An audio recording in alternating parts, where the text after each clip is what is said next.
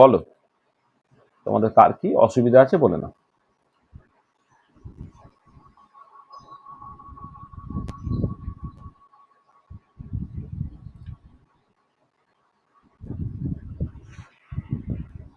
হ্যাঁ, দেখতে পাচ্ছ তো।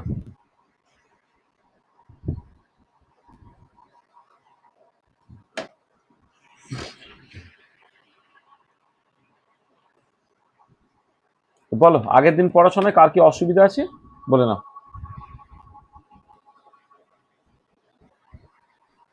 আগের দিন আসলে 9 নম্বর যে লেকচারের যে পিডিএফটা, 9 নম্বর লেকচারের পিডিএফটা একটুখানি করাপ্টেড ছিল, সেটা ঠিক করেছি, সেটা আজকে পাঠিয়ে দেবো। হ্যাঁ,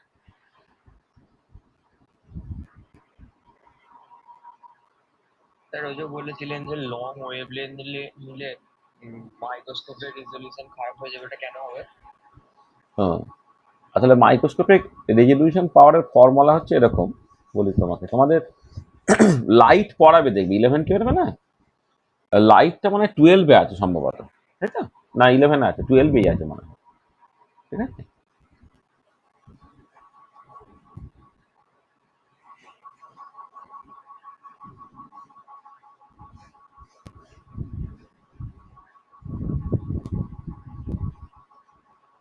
তো ডাউটস ক্লিয়ারিং।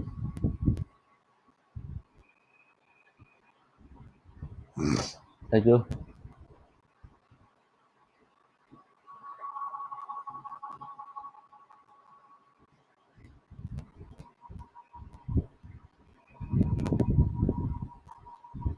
মাইক্রোস্কোপ এটা বেসিক্যালি প্রপোর্শনাল টু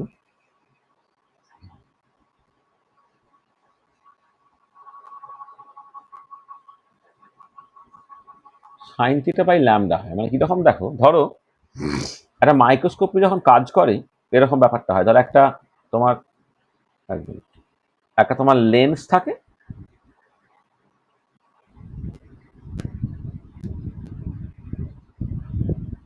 ধরো একটা লেন্স আছে। এবার এইখান থেকে ধরো একটা লাইট আসছে, এবার তুমি তাকে একটা পার্টিকুলার পয়েন্টে ফোকাস করতে চাইছো। মাইক্রোস্কোপ তোমার 11-12-এর তোমাদের যদি প্র্যাকটিক্যাল করায়, তাহলে বায়োলজিতে মাইক্রোস্কোপ ব্যবহার করতে হবে। ধরো এই এই পার্টিকুলার পয়েন্টটা আছে, এই পয়েন্টটাকে তুমি ফোকাস করতে চাইছো, এই পয়েন্টটাকে। তাহলে কি হয় না,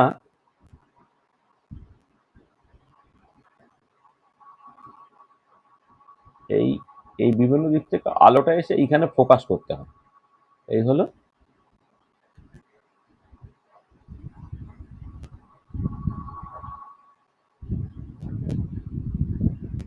এই পয়েন্টে ফোকাস করতে হয়। ঠিক আছে। এবার তোমার এইখানে উপরে চোখ আছে, চোখ থেকে তুমি জিনিসটা দেখতে পাচ্ছ। এবার এই যে অ্যাঙ্গেলটা, এটা হাফ অ্যাঙ্গেল বলা হয়, এই হাফ অ্যাঙ্গেল থিটা হয়, তাহলে resolution power of microscope proportion to sine theta by lambda. তার মানে এই যে থিটাটা, হ্যাঁ, যত তোমার বেশি হবে তত রেজলিউশন পাওয়ারটা বাড়বে, আর ওয়েভ লেন্থটা যত কম হবে তত রেজলিউশন পাওয়ারটা বাড়বে। ঠিক আছে। তাহলে এই রেজলিউশন পাওয়ারের যে এই এক্সপ্রেশনটা, এইটা তোমাদের বের করতে হয়। এটা দেখবে তোমার 12-এর যে অপটিক্স বা লাইট বলে যে চ্যাপ্টারটা আছে, এই চ্যাপ্টারের মধ্যে মাইক্রোস্কোপ আছে এবং সেখান থেকে রেজলিউশন পাওয়ারটাকে বের করতে পারা যায়। ঠিক আছে। বুঝতে পেরেছো? হ্যাঁ, হ্যাঁ। এটা এই এক্সপ্রেশনটা মনে রাখবে, সাইন থিটা বাই ল্যামডা। আর রেজলিউশন পাওয়ারটা ল্যামডার সঙ্গে ইনভার্সলি প্রপোর্শনাল, যেখানে ল্যামডা যত ছোট হবে resolution power of the microscope তত বেশি। আর কি বলো,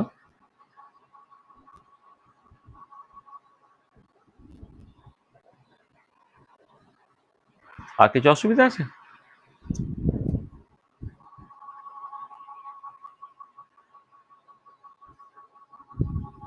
সত্যজিৎ, কিছু অসুবিধা আছে? অসুবিধা বলতে ইলেকট্রন কেমিস্ট্রি ইনসাইড দ্য নিউক্লিয়াসের যে কাইনেটিক এনার্জি মিনিমাম সমান ওই px square minimum by 2m ছিল না? হুম। ওই যে ওটা দুটো মিনিমাম, ওই কেন নেওয়া হয়েছে ওটা জিজ্ঞাসা করবো। তোমার কথাটা বড্ড কেটে কেটে গেল, মানে একটু একটু একটু দূরে ফোন মুখটা রেখে বলো কি। এই electron can stay inside the nucleus, হ্যাঁ যে ব্রিটিল নিউক্লিয়াস একটা বের করেছিলেন না, হ্যাঁ ওর সেই কাইনেটিক এনার্জি মিনিমাম নিয়েছিলাম আর পিএক্স এর উপরে পি হ্যাঁ এক্স স্কোয়ার হ্যাঁ। মিনিমাম, ওটা মিনিমামটা কেন নেওয়া হয়েছে? ও আচ্ছা আচ্ছা। না দেখো, মানে ব্যাপারটা হচ্ছে যে আমি মিনিমামটা নিয়ে কি, তার কারণটা হচ্ছে যে ম্যাক্সিমামটা হলে তো হতেই পারে, মানে মানে মোদ্দা কথা কি, যে নিউক্লিয়াসের মধ্যে যখন ইলেকট্রনটা থাকছে, সেই ইলেকট্রনটাকে ধরে রেখেছে হচ্ছে পোটেনশিয়াল এনার্জি। আর কাইনেটিক এনার্জি কি করে, কাইনেটিক এনার্জি গতির সঙ্গে রিলেটেড যে এনার্জি, সেটাই তো কাইনেটিক এনার্জি। এবার কাইনেটিক এনার্জি যত বেড়ে যাবে তত বেশি কে ছড়িয়ে পড়তে চাইবে। হ্যাঁ, মানে যা কাইনেটিক এনার্জি যত বেশি কে তত দৌড়াচ্ছে, ততকে ছড়িয়ে পড়তে চাইছে। এবারে কথাটা হচ্ছে যে যে যদি কাইনেটিক এনার্জি তুমি যে কোনো একটা কাইনেটিক এনার্জি বা ম্যাক্সিমাম কাইনেটিক এনার্জি নিয়ে কথাবার্তা বলো, তার তো পোটেনশিয়াল এনার্জিকে এক্সিড করার সম্ভাবনা সার্টেনলি বেশি। তা সেইটা দিয়ে থাকবে কি থাকবে না তুমি বলতে পারবে না। এবার আমি যেটা দেখাচ্ছি সেটা হচ্ছে এই যে যদি মিনিমাম কাইনেটিক এনার্জিটাও ইভেন তুমি কনসিডার করো, দেখা যাচ্ছে যে মিনিমাম কাইনেটিক এনার্জিটাও হচ্ছে তাকে যা আটকে রেখেছে তার থেকে বেশি। মানে ব্যাপারটা বলছে কি, যে পোটেনশিয়াল এনার্জি দিয়ে হচ্ছে ইলেকট্রনটা নিউক্লিয়াসের মধ্যে আটকে আছে, আর কাইনেটিক এনার্জি সে বেরিয়ে যাওয়ার চেষ্টা করছে। এবারে কাইনেটিক এনার্জি যদি পোটেনশিয়াল এনার্জি থেকে বেশি হয় তাহলে বেরিয়ে যাবে, আর কাইনেটিক এনার্জি যদি পোটেনশিয়াল এনার্জি কম থাকে তখন সে আটকে থাকবে। এবারে দেখতে পাচ্ছি যে kinetic energy of the electron তার মিনিমাম ভ্যালুটাও যদি কনসিডার করি, সেটাই পোটেনশিয়াল এনার্জির থেকে অনেক অনেক বেশি হয়ে যাচ্ছে। সেখানে কোনোভাবেই হচ্ছে ইলেকট্রনটাকে নিউক্লিয়াসের মধ্যে তুমি রাখতে পারবে না। ঠিক একই লজিক হচ্ছে স্পিডের ক্ষেত্রে দিয়েছি, যে ইলেকট্রনের স্পিড ঠিক আছে যা খুশি হতে পারে। এবারে কথা হচ্ছে কোনোভাবেই ইলেকট্রনের স্পিডটা লাইটের স্পিডকে এক্সিড করতে পারবে না। এবারে সেই জন্য আমি ইলেকট্রনের স্পিডের মিনিমামটাকে নিলাম। যদি মিনিমাম স্পিডটাই দেখতে পাচ্ছি যে লাইটের স্পিডকে এক্সিড করে যাচ্ছে, তাহলে যে কোনো একটা আরবিট্রারি স্পিড, মানে এটার মিনিমাম স্পিডের থেকে বেশি তো সার্টেনলি, সেটা তো অবশ্যই এক্সিড করে যাবে। সেই জন্য ফাইনালি চেকিংটা হচ্ছে হচ্ছে মিনিমামের সঙ্গে, যে মিনিমাম স্পিডটা লাইটের স্পিডের থেকে বেশি কিনা, মিনিমাম কাইনেটিক এনার্জিটা পোটেনশিয়াল এর থেকে বেশি কিনা। যদি এমন হয় যে মিনিমাম স্পিডটা লাইটের স্পিডের থেকে বেশি, বা মিনিমাম কাইনেটিক এনার্জিটা পোটেনশিয়াল এনার্জি থেকে বেশি, তাহলে তো অন্যান্য এনার্জিগুলো বা অন্যান্য স্পিডগুলো সার্টেনলি হচ্ছে ওর থেকে বেশি হবেই। সেখানে কোনো ইলেকট্রনই হচ্ছে নিউক্লিয়াসের মধ্যে থাকতে পারবে না। বুঝতে পারছো, ওই জন্য মিনিমামটাকে নিয়ে এখানে কথা মানে মাথা ঘামানো হয়েছে। ঠিক আছে, বুঝতে পারছো? হ্যাঁ স্যার। আর কিছু, আর কিছু অসুবিধা আছে? ওই বল দীপ, তোর কোনো অসুবিধা আছে? দীপ, প্রীতম, পড়ে বলছি না না পড়ে বলছি, দেখেছিস তো আগের দিনের পড়া, মানে মাথায় রেখেছিস তো? হ্যাঁ হুম, okay. আর উদয়ন, মৃণাল আর এক প্রীতম, তোদের কি খবর?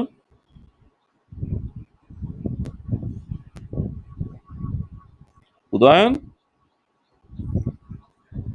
না স্যার, কোনো অসুবিধা হয় না, একটা জায়গায় অসুবিধা হচ্ছে, পরের দিন আসবেন তো বলবোই। আচ্ছা ঠিক আছে। আর ইয়ে আমাদের ইয়ে মৃণাল আর প্রীতম, না স্যার, কোনো অসুবিধা হয় না। ঠিক আছে।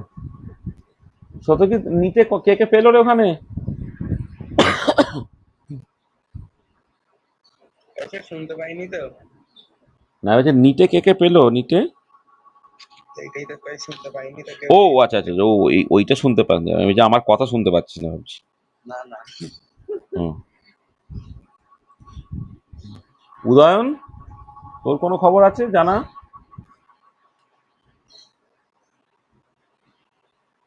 না স্যার, নিজের রেজাল্ট কবে বেরোলো? নিটের কালকে বেরিয়েছে। কালকে বেরিয়েছে। ও,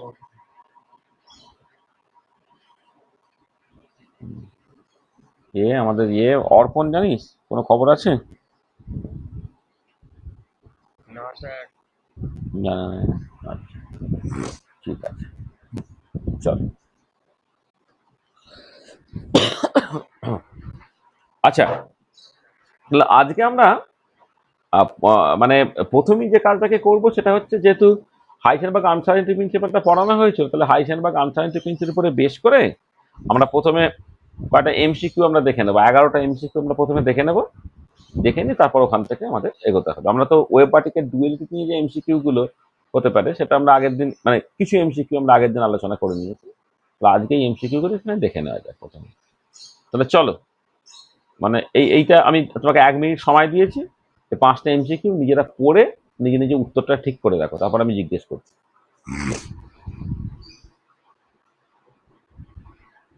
1 মিনিটের মধ্যে এই 5টা দেখে করে না। আচ্ছা বলছি আমাকে হ্যাঁ, এনার্জিটেড কোনটা? ওই 2 নম্বর কোয়েশ্চেনে যেটা আছে সেটা আনসার কি প্রিন্সিপাল বা ও এনার্জিয়াটা মানে যে ইন্ট্রোডিউস করেছিল, ইন্ট্রোডিউস বাই, ইন্ট্রোডিউস বাই।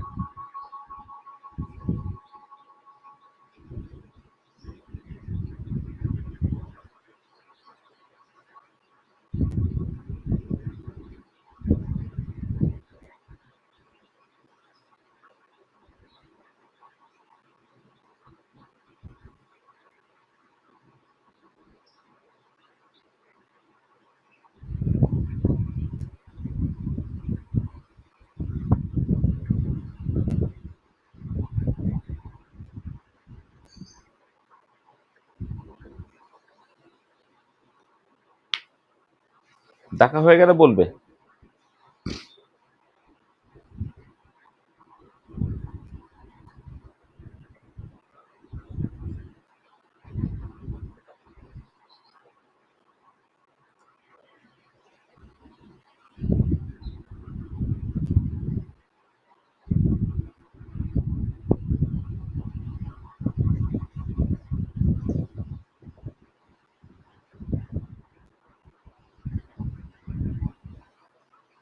আচ্ছা, প্রথম পেজটা বলো, প্রথমটা বলো, ফার্স্ট এডটা দিতে হবে স্যার। কোনটা ঠিক করে বলো। ইনফাইনাইট হবে। দেখো এই তো delta X, delta P X, এটা তো greater equal to H cross by 2, তাই না? তাহলে এবারে তোমাকে আনসার্টিনিটির মোমেন্টাম ডেল্টা পি এক্সটাকে করতে হয়, তাহলে এতে কি হবে?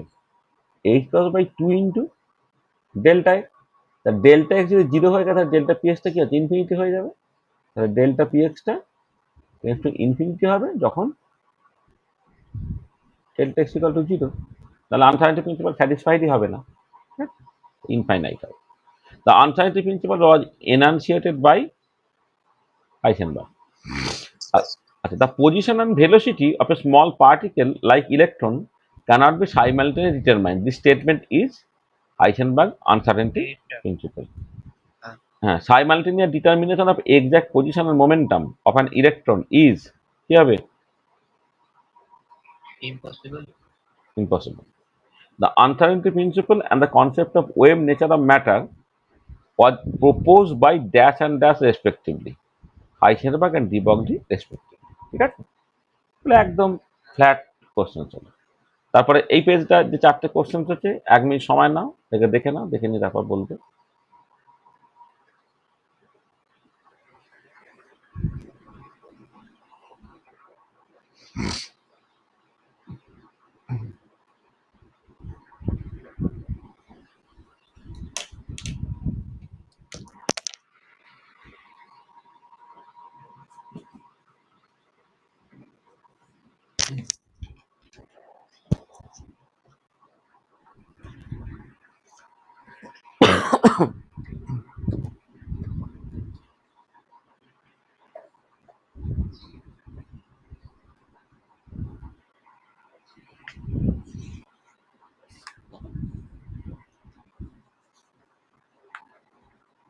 দেখা হয়ে গেলে বলবে।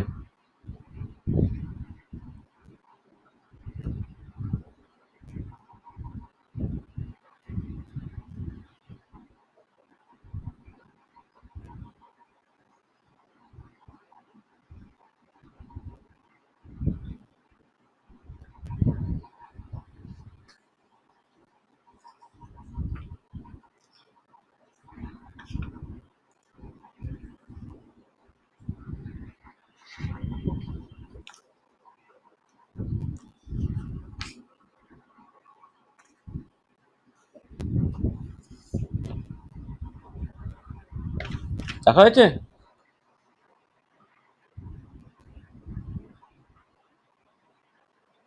দেখো, according to Heisenberg uncertainty principle, the more accurately we know about subatomic particles momentum, the less we know about its precise কি হবে লোকেশন বা পজিশন, তাই তো?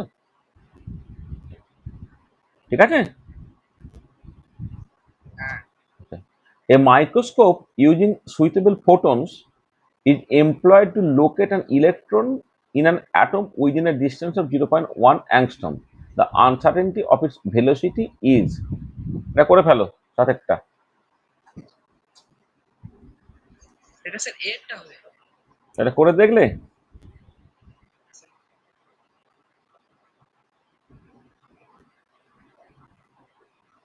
সলিউশন সাতেরটা।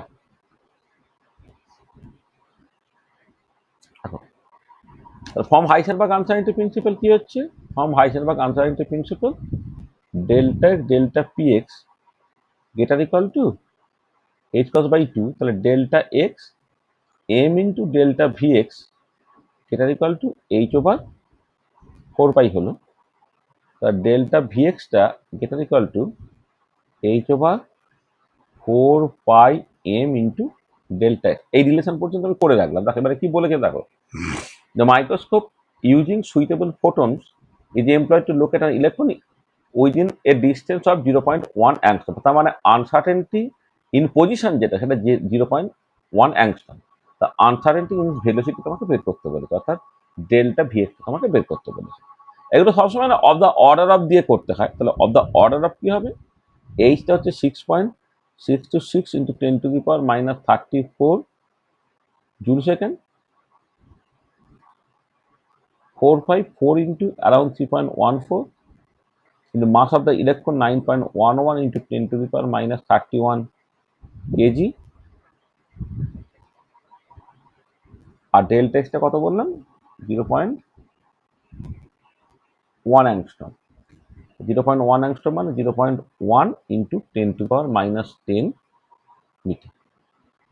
এইটা করলে তোমার যেহেতু এটা ভেলোসিটি মিটার পার সেকেন্ডে উত্তর বেরোবে। এবারে কোষে দেখো কত বেরোচ্ছে। কত বেরোচ্ছে বললে?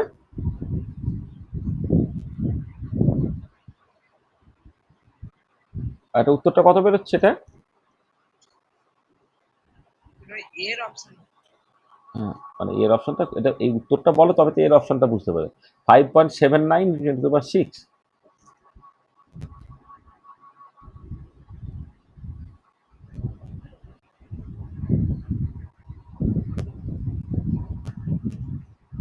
এটা হতে পারে। পাওয়ারটা খেয়াল করে দেখো, 0.1 মানে 10⁻⁻, তোমার -1, তার 10⁻−11 হয়ে গেল। এখানে -31, তাহলে 11 আর 31 হচ্ছে 41, উপরে চলে গেল, তার মানে তোমার 7 হলো।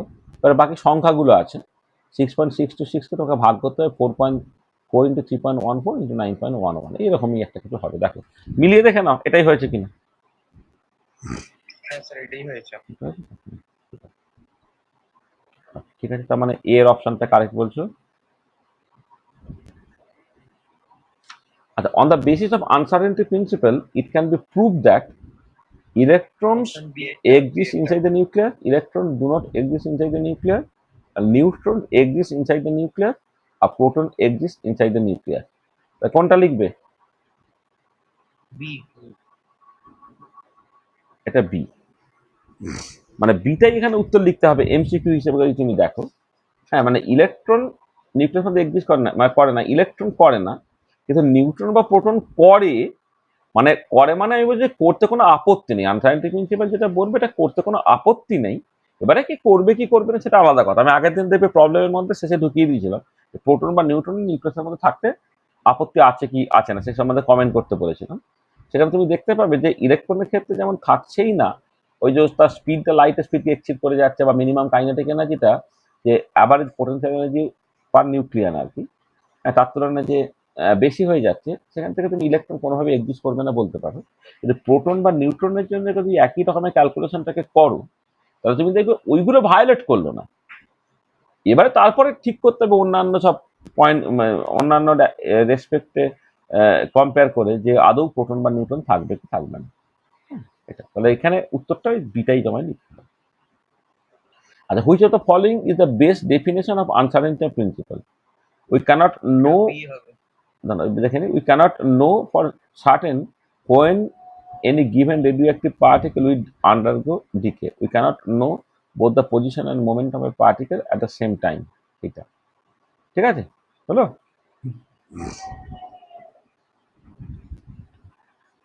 আচ্ছা, এই দুটো একটু দেখে নাও, দেখে নিয়ে বলো, ভালো করে পড়বে প্রত্যেকটা অপশন।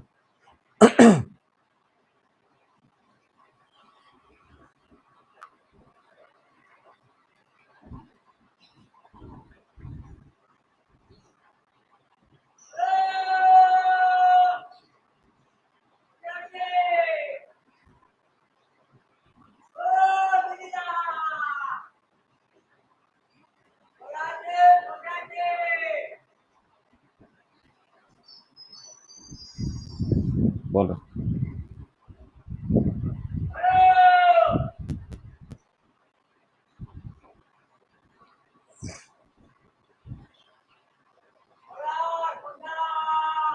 এটা যে বিটাকে কারেক্ট লিখতে হবে, হ্যাঁ, মানে এখানে একটা মলিকুলের ক্ষেত্রে বন্ড লেন্থ এবং বন্ড এনার্জি, হ্যাঁ, এই দুটো যখন তুমি কম্পেয়ার করবে, the more precisely the bond length of a molecule is known, the less precise is the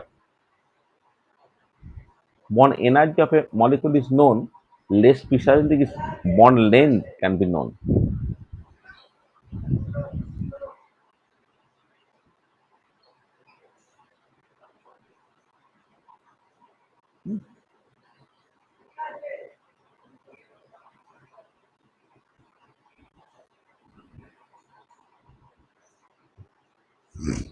second, তারপরে কোশ্চেনটা বি উত্তর হবে। Can the uncertainty principle be overcome by using more advanced measuring instrument?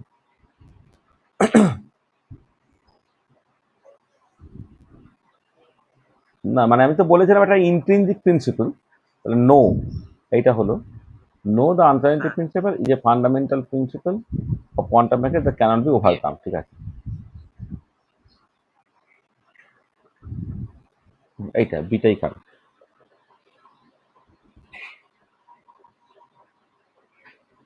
ঠিক আছে,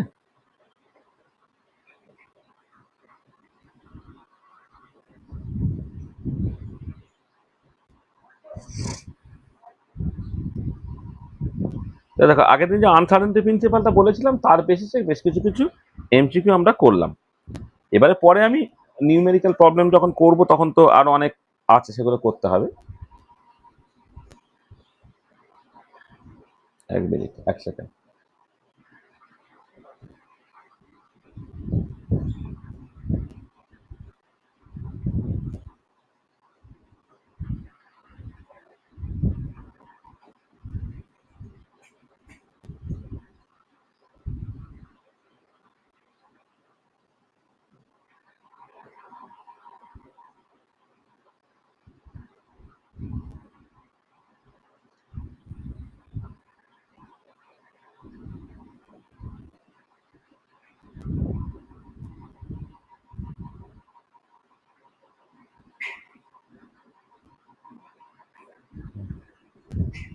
আচ্ছা ঠিক আছে,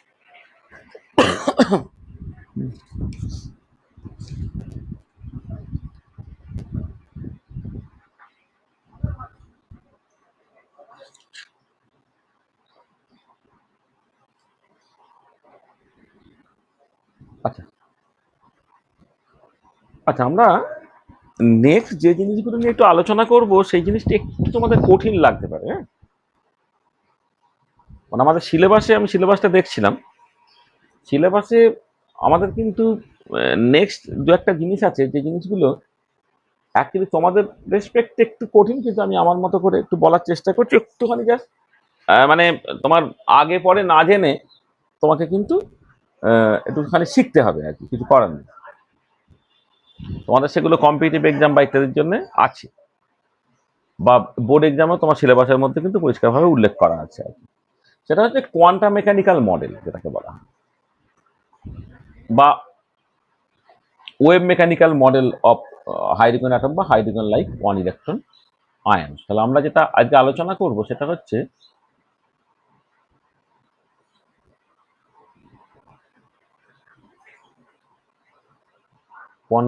কোয়ান্টাম মেকানিক্যাল মডেল, অর একে তুমি বলতে পারো ওয়েভ মেকানিক্যাল মডেল,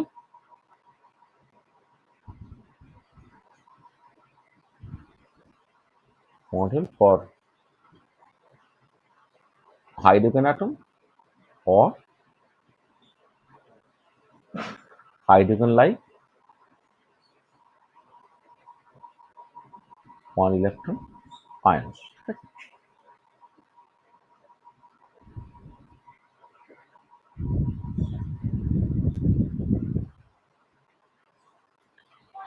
আচ্ছা দেখো,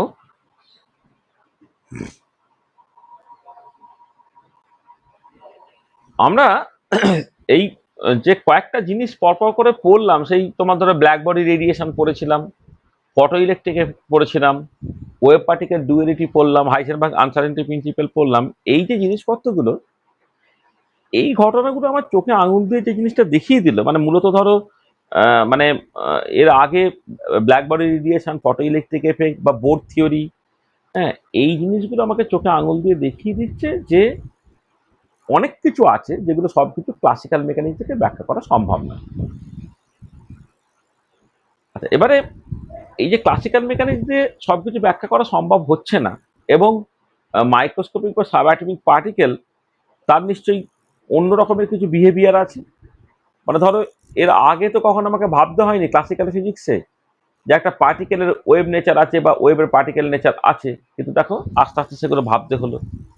এর আগে তো এরকম কোনো আনসার্টেনিটি প্রিন্সিপাল ছিল না যে একই সময়ে কোনো একটা বস্তুর ভরবেগ এবং তার স্থান দুটোকে আমি সাইমালটেনিয়াসলি আরবিট্রারি ফিজিক্যাল মাপতে পারবো না, এরকম তো কিছু ছিল না।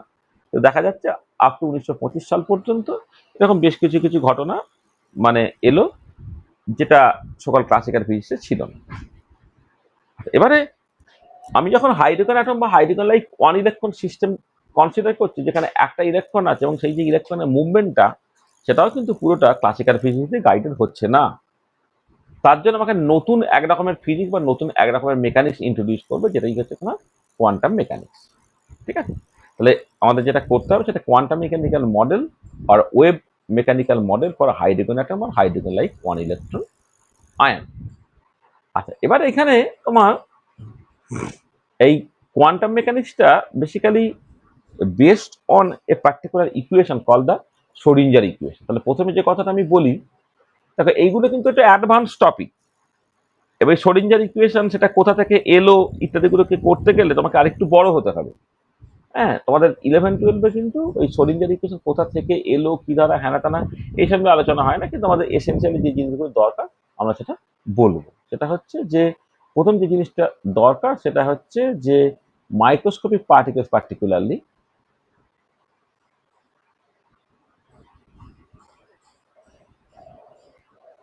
particles or subatomic particles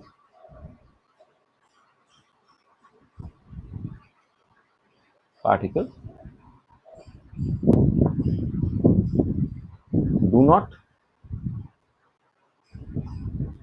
obey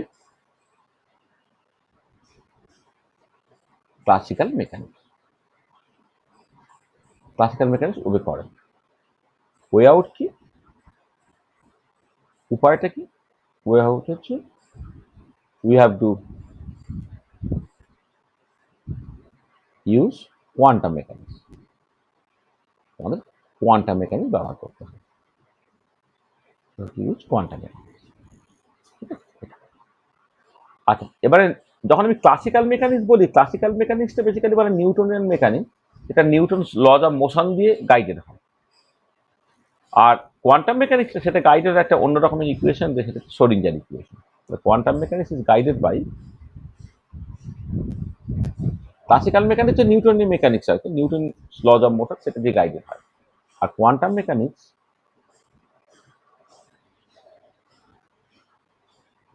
is guided by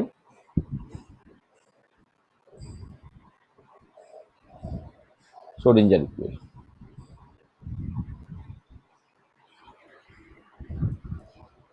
Schrodinger equation, SCH R O এর মাথায় দুটো পুটকি BINGR, শ্রোডিঞ্জার ইকুয়েশন। আচ্ছা, শ্রোডিঞ্জার ইকুয়েশনটা কেমন দেখতে? শ্রোডিঞ্জার ইকুয়েশনটা সংক্ষেপে লিখলে এইভাবে লেখে, HI ইকুয়াল টু ইসাই। এটা সংক্ষেপে লিখলে শ্রোডিঞ্জার ইকুয়েশনটা তোমার এইভাবে লিখতে হয়, HI equal to Isai.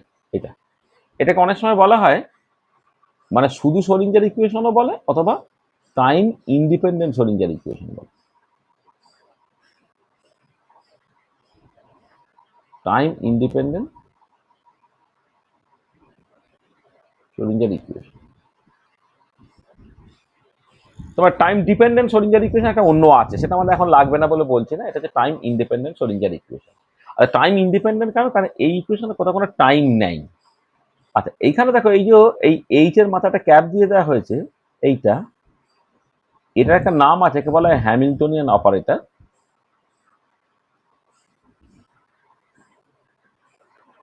Operator আর এখানে সময় বলা হয় টোটাল এনার্জি অপারেটর।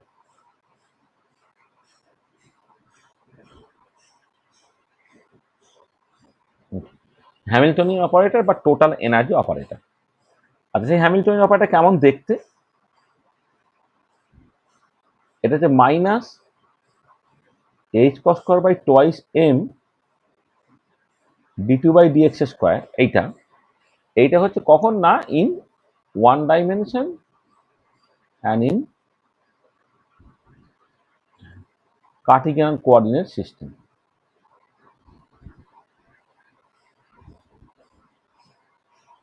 কোঅর্ডিনেশন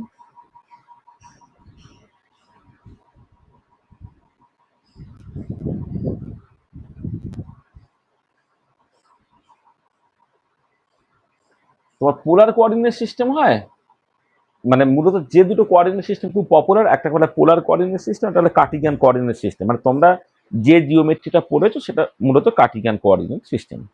এই পরে 11-12 কিছু পোলার কোঅর্ডিনেট সিস্টেমের জিনিসপত্র দেখতে পেতে পারে।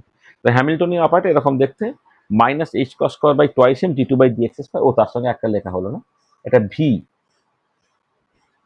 ভিটা হচ্ছে তোমার এক্স এর ফাংশন, মানে যেখানে এই minus h cross square by twice m d two by d x square plus হচ্ছে তোমার ভি, মানে পোটেনশিয়াল এনার্জি, যেটা তোমার এক্স এর ফাংশন। এটা তাহলে হ্যামিল্টনিয়ান অপারেটরটা যদি একটা কার্টেসিয়ান কোঅর্ডিনেট সিস্টেম দেখো, কার্টেসিয়ান কোঅর্ডিনেট সিস্টেমে দেখো, হ্যাঁ, কার্টেসিয়ান কোঅর্ডিনেট সিস্টেমে এটা এরকম দেখতে, minus h cross square, sorry, Cartesian coordinate system one ডাইমেনশনে দেখো, তো সেটা হচ্ছে minus h cross square by twice m d two by d x square plus v x. এইটা। আর তার মানে তখন শ্রোডিঞ্জার ইকুয়েশন যখন লিখবে, এইচ এর জায়গাতে এটাকে বসিয়ে দেবে, এটা। আর এইটা হয়ে যাবে তোমার, এইচটা minus h cross square by twice m del two by del x square plus del two by del y square plus del two by del z square plus ভিটা এখন এক্স ওয়াই জেড এর function হচ্ছে এটা। এবারে দেখো, one ডাইমেনশনটা যেমন দেখতে, সেখানে minus h cross square by minus h cross square by twice m d two by d x square ছিল। এখন তোমার তিনটে জিনিস থেকে গেছে, del two by del x square বা del two by del y square বা del two by del z square. এইটা এই সবটা আছে, ঠিক আছে। তাহলে এইটা হচ্ছে in three dimension and in Cartesian coordinate system. আচ্ছা, এটাকে অনেক সময় এইরকম ভাবে দেখে, minus h cross square twice m del square plus v, এরকম ভাবে লেখে। এখানে এই ডেল স্কোয়ারটা হচ্ছে তোমার del two by del x square plus del two by del y square plus del two by del z square. একে বলা হচ্ছে ল্যাপ্লেসিয়ান অপারেটর।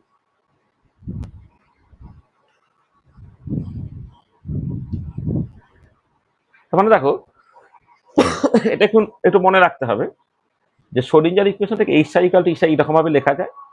এইচটা হচ্ছে হ্যামিল্টনিয়ান অপারেটর, সেটা তোমার ওয়ান ডাইমেনশনে কার্টেসিয়ান কোঅর্ডিনেট সিস্টেমে কেমন দেখতে, থ্রি ডাইমেনশনে কার্টেসিয়ান কোঅর্ডিনেট সিস্টেমে কেমন দেখতে আর কি। তো তার মতো করে তোমার শ্রোডিঞ্জার ইকুয়েশনটা ঠিক হবে। আচ্ছা, আর একটা এই সাই যেটা, এই সাইটাকে বলা হয় wave function or state function. এই সাইটাকে বলা হচ্ছে ওয়েভ ফাংশন আর স্টেট ফাংশন, এটা।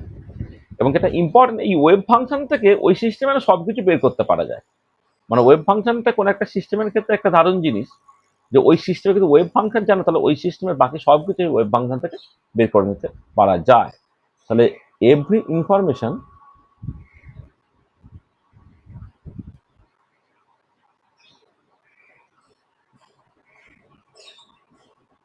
related every information related to the system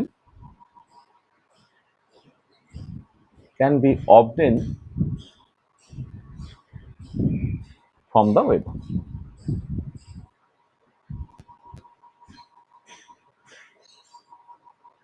from the web function, ঠিক আছে? তাহলে ওই সিস্টেমের সবকিছু কিন্তু তুমি এই ওয়েব ফাংশন থেকে কিন্তু পেতে পারবে। মানে এই যে আমি যখন শোরিঞ্জার ইকুয়েশন লিখলাম, তোমার এই বড় এক্সপ্রেশনটা মনে রাখতে অসুবিধা হচ্ছে, এইভাবে মনে রাখো H psi equal to e সাই। এটাকে সলভ করলে সাইটা পাওয়া যায়। এবং সেই ওয়েব ফাংশনটা এতটাই ইম্পর্টেন্ট যে কোনো একটা সিস্টেমের জন্য যদি ওয়েব ফাংশন জানো, তাহলে সেই সিস্টেমের সব কিছু কিন্তু তুমি সেই ওয়েব ফাংশন থেকে বের করে ফেলতে পারবে। তাহলে আমাদের আলটিমেট উদ্দেশ্যটা হচ্ছে ওয়েব ফাংশনটাকে পাওয়া, এটা। তাহলে দেখো এই যেটা হলো, এটা হচ্ছে জেনারেল শোরিঞ্জার ইকুয়েশন। যে শোরিঞ্জার ইকুয়েশনটা টাইম ইন্ডিপেন্ডেন্ট শোরিঞ্জার ইকুয়েশনের কথাবার্তা বলেছি। তোমার তুমি যদি এক্সপ্রেসিভলি ভেঙে লেখো, তাহলে কার্টিজিয়ান কোঅর্ডিনেট সিস্টেম ওয়ান ডাইমেনশনে h psi equal to e psi, এইচটা হবে minus h cross square by twice n d two by d x square plus v x. আর ওটাই যদি three dimension Cartesian coordinate system হবে হ্যামিল্টনিয়ান এটা, ঠিক আছে? তাহলে এই এইচ এর জায়গায় এটাকে তোমাকে বসাতে হবে শোরিঞ্জার ইকুয়েশন থেকে পাওয়ার জন্য, এটা। আচ্ছা, এবারে এইটা যখন তুমি for hydrogen atom or hydrogen ডাই one electron system, for hydrogen atom or hydrogen one electron system, তোমার টাইম ইন্ডিপেন্ডেন্ট শোরিঞ্জার ইকুয়েশনটা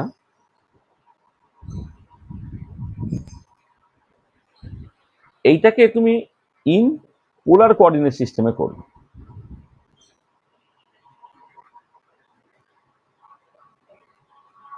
কারণটা কি হচ্ছে না, তোমার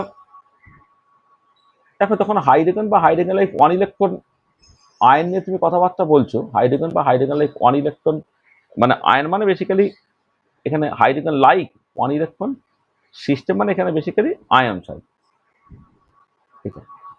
যখন কনসিডার করছে কি জিনিসটা দাঁড়াচ্ছে না, এরকম তো করে ভাবা হয়েছিল, এখানে কেন্দ্রে ধরো নিউক্লিয়াস প্লাস জেড ইন্টু ই, সেখান থেকে আর দূরত্বে একটা ইলেকট্রন ঢুকছে।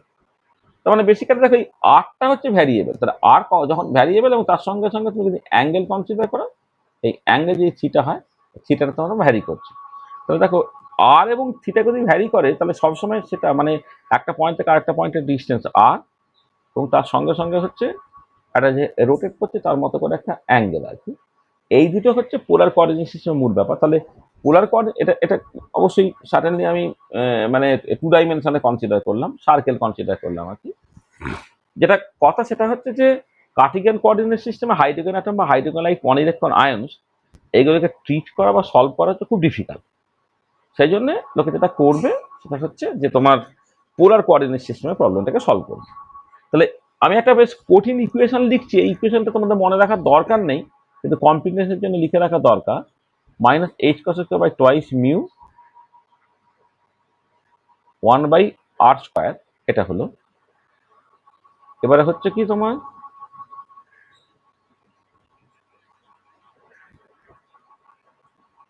Del del r square del del r plus one by sine theta del del theta sine theta del del theta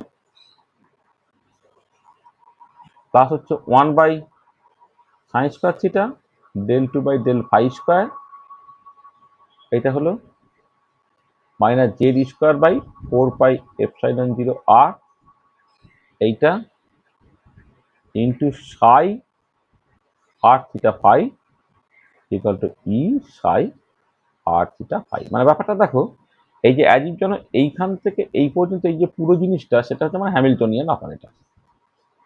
এটা হচ্ছে পোলার কোঅর্ডিনেটস হচ্ছে Hamiltonian operator minus h cross square by twice mu 1/r square del del r sine del del r square del del r plus 1/sin del del theta sine theta del del theta plus 1/sin square theta del two by del phi square minus z square by 4 pi epsilon 0 r. এটা হচ্ছে potential energy. এইটা এটা into এটা into Sai r theta phi equal to e Sai r theta phi. মানে একটা লাইনে ধরলো না বলে আমি এখানে লিখলাম আর কি, বা ওই ছবিটাকে পাল্টে দিলে তাহলে এখানে ধরে যেতে হবে। এক কাজ করি, এটাকে একটা লাইনে লিখে দিতে হবে, সুবিধা হবে।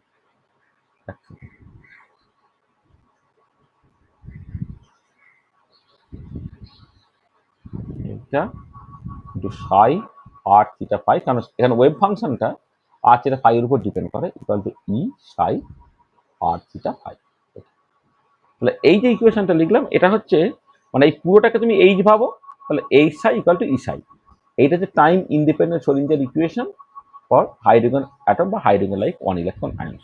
এগুলো মনে রাখার দরকার নেই, কিন্তু তোমাদের সামাও সিলেবাসে সোলিঞ্জার ইকুয়েশন বা ওয়েভ মেকানিক্যাল মডেল বা কোয়ান্টাম মেকানিক্যাল মডেল এটা কিন্তু উল্লেখ করা আছে। এগুলো মিনিমাম জিনিস যেগুলো তোমাদের বলতেই হয় আর কিন্তু কিছু মনে রাখার দরকার নেই। নোটটা রইল, এটা কমপ্লিটনেসের জন্য এটাই। আচ্ছা, এবারে এই যে সাইটা, এই সাইটা যেটা আর থিটা ফাই বলছি, হ্যাঁ, এইটা হচ্ছে 1 electron wave function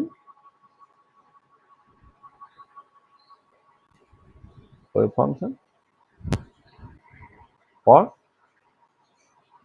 hydrogen atom. 1 electron wave function for hydrogen atom, সেটা হচ্ছে সাই, অথবা অনেক সময় hydrogen like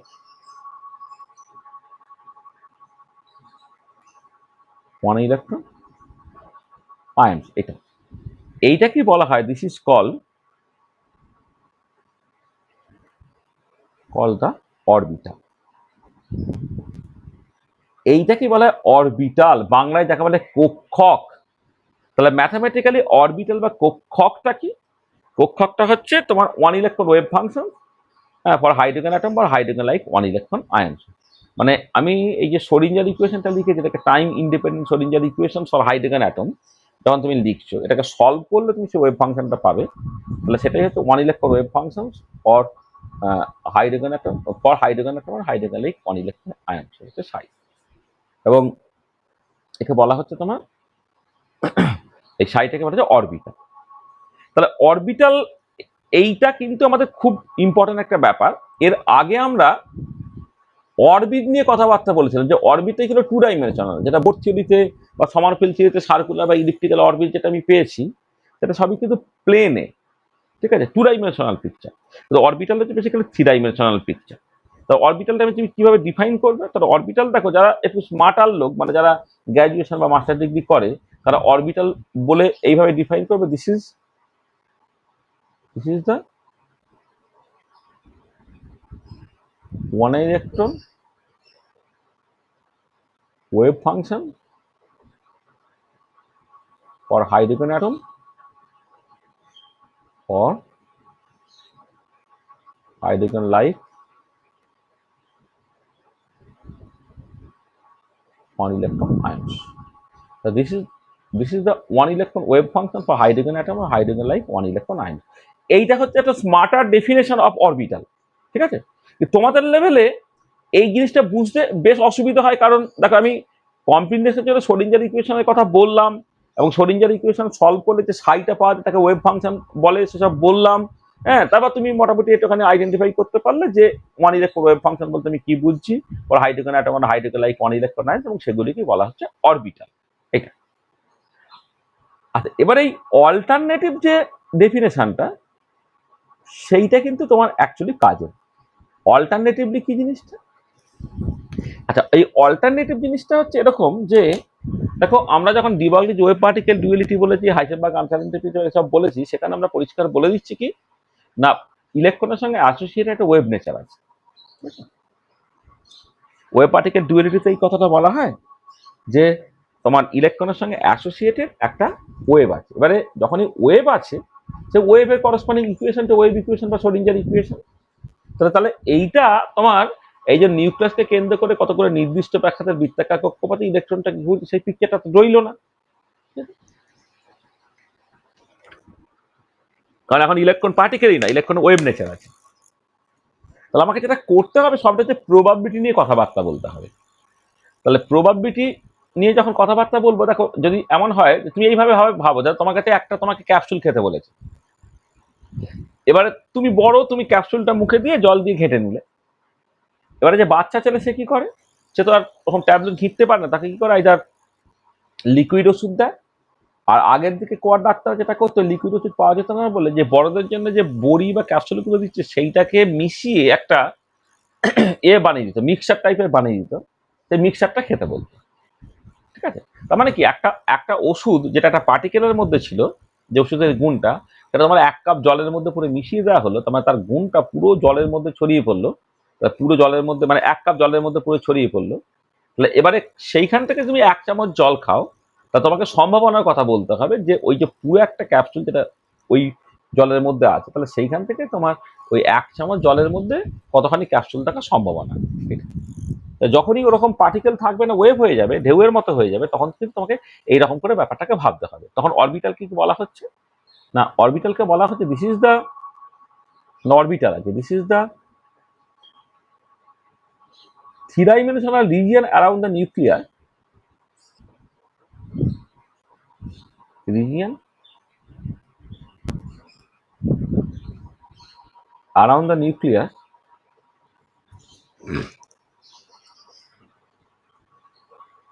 where there is a finite probability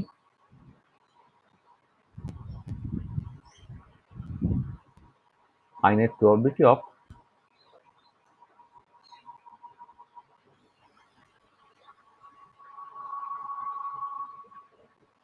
finding the electron. This is the three-dimensional region around the nucleus where there is a finite probability of finding the electron. মানে দেখো, তুমি যখন অরবিটের কথা বলছো, তখন গল্পটা হচ্ছে এরকম যে একটা ধরো আমি সার্কুলার অরবিট অথবা তোমার ইলেকট্রিক্যাল অরবিট যাই হোক না কেন,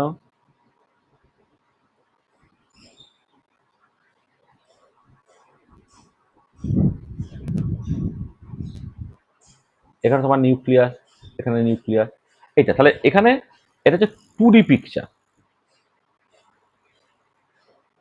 আর অরবিটালের ক্ষেত্রে কি হচ্ছে, মানে তুমি অনেক রকমের পেতে পারো। ধরো একটা থ্রি-ডাইমেনশনাল ছবি যদি তুমি ভাবো, আমি আগে গোলটাকে এঁকে নিই, তারপরে বলছি।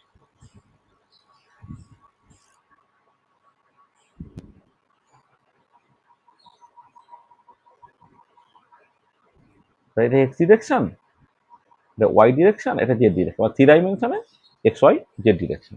আর ধর এই পুরোটা জুড়ে প্লাস আছে। এইটা দেখো, এটা হচ্ছে এইটা হচ্ছে কিরকম বলতো, এটা এটা থ্রি ডাইমেনশনাল পিকচার। আমি এই যে থ্রি ডাইমেনশনাল তো বোর্ডে আঁকা অসুবিধা বলে আমি এটা বলে দিলাম। মানে এই ক্ষেত্রে যখন তুমি বলছো, এক্ষেত্রে কিন্তু তুমি সবসময় বলছো হচ্ছে 2 ডাইমেনশনাল গল্প, এরকম আর 2 ডাইমেনশনাল গল্প। এখানে যখন তুমি কনসিডার করছো 2 ডাইমেনশনাল গল্প এগুলো, আর এটা কিন্তু 3 ডাইমেনশনাল গল্প। তাহলে এটা হচ্ছে, এটা যেমন 2D পিকচার, এটা হচ্ছে তোমার 3D। 2D পিকচার মানে এটা হচ্ছে মানে 3 ডাইমেনশনাল পিকচার। হ্যাঁ, অথবা এইটা যে সবসময় এরকম দেখতে হবে সেরকম নয়, হয়তো কখনো কখনো তোমার ধরো এরকম দেখতে হতে পারে। ধরো তোমার দেখাচ্ছে এমনিতে,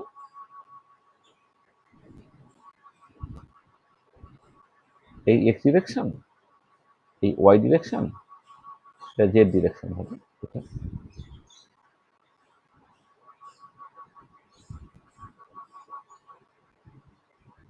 উপরটা প্লাস, নিচটা মাইনাস, ধরো এই টাইপের দেখতে হতে পারে। আবার কখনো কখনো হয়তো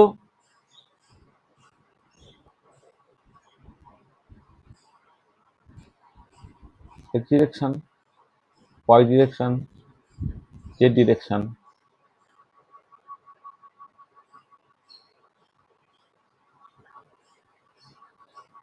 এ ধরো plus minus plus minus, sorry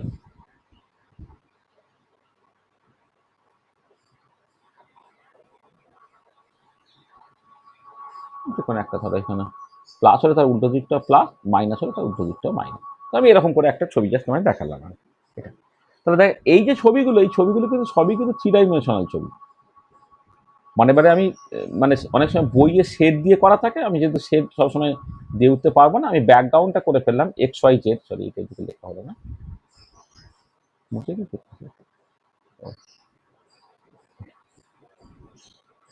দেখো এই যে এক্স ওয়াই জেড, তোমার বোঝা গেছে এটা থ্রি ডাইমেনশনাল ছবি। এগুলো কি মানেটা আমি পরে সব বলছি। মানে বেসিক্যালি অরবিট এবং অরবিটালের মধ্যে তফাৎটা কি? অরবিটটা হচ্ছে টু ডাইমেনশনাল পিকচার, যেখানে নিউক্লিয়াসকে কেন্দ্র করে কত করে নির্দিষ্ট ব্যাসার্ধের বৃত্তাকার কক্ষপথ আছে, হ্যাঁ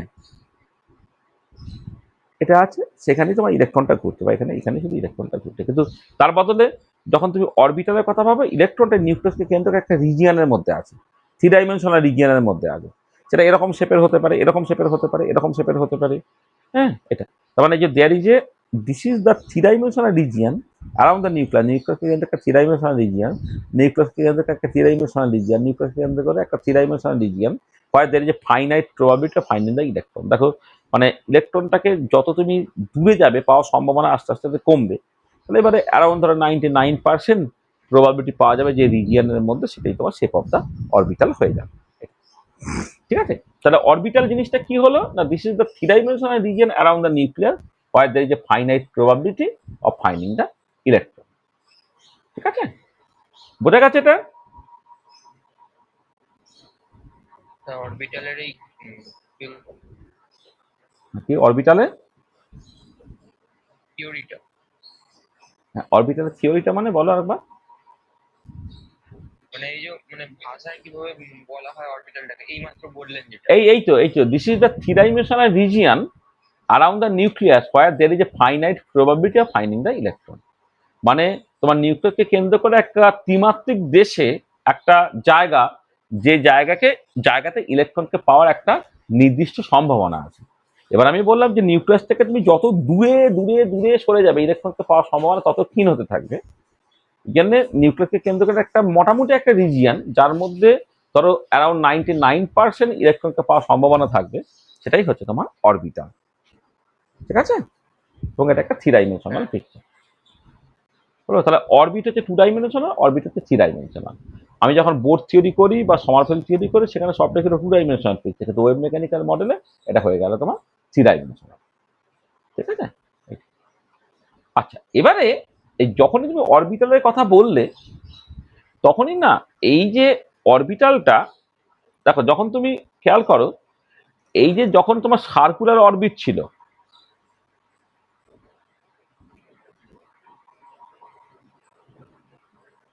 সার্কুলার অরবিট, এটা হচ্ছে মানে এইখানে যেটা বোর থিওরিতে আর কি, orbit in Bohr theory depends on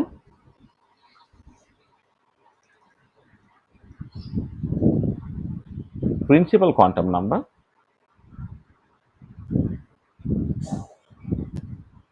n, এটা n এর উপর ডিপেন্ড করে।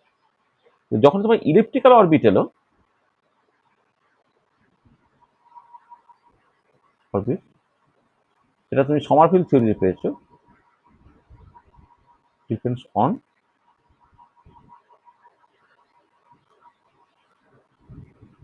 Principal quantum number, sorry depends on 1 number principal quantum number, 2 নম্বর হচ্ছে এটা n, আর 2 নম্বর হচ্ছে অ্যাজিমুথাল কোয়ান্টাম নাম্বার l। তাহলে যখন ইলিপ্টিক্যাল অরবিটের কথা বলা হচ্ছে, তখন কিন্তু দুটো কোয়ান্টাম নাম্বার থাকছে, একটা প্রিন্সিপাল কোয়ান্টাম নাম্বার n আর অ্যাজিমুথাল কোয়ান্টাম নাম্বার হচ্ছে l। আর যখন থ্রি ডাইমেনশনাল পিকচারে তুমি যাবে, তখন যে অরবিটালগুলো, orbitals depend on three quantum number.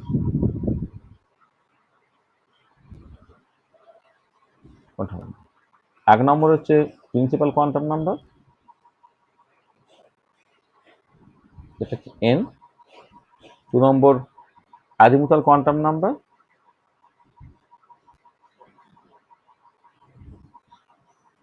l, আর একটা কোয়ান্টাম নাম্বার আছে, তাকে বলা হচ্ছে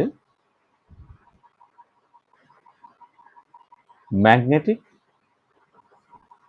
orbital quantum number, magnetic orbital quantum number, যাকে না এম বা এম সাফিক্স এল, এম এল দিয়ে এক্সপ্রেস করা হয়। মানে শুধু এমও বলে, আবার কখনো কখনো এম সাফিক্স এল দিয়েও বলা হয়। তাহলে তাহলে দেখো, তাহলে যেখানে আমার বোর্ড থিওরিতে যে অরবিটগুলো ছিল একটাই কোয়ান্টাম নাম্বার, সেটা এন এর উপর ডিপেন্ড করে। যখন সমারফিল্ড থিওরিতে ইলিপ্টিক্যাল অরবিটাল, তখন দুটো কোয়ান্টাম নাম্বার এন এবং এর উপর ডিপেন্ড করলো। আর যখন ওয়েভ মেকানিক্যাল মডেলে আসছে, তখন তিনটে কোয়ান্টাম নাম্বার উপর ডিপেন্ড করছে, এন, এল আর এম এন। এই কোয়ান্টাম নাম্বারগুলো আমাকে আলাদা করে বুঝতে হবে। তার মানে এটা দাঁড়াচ্ছে, দেখো এই যে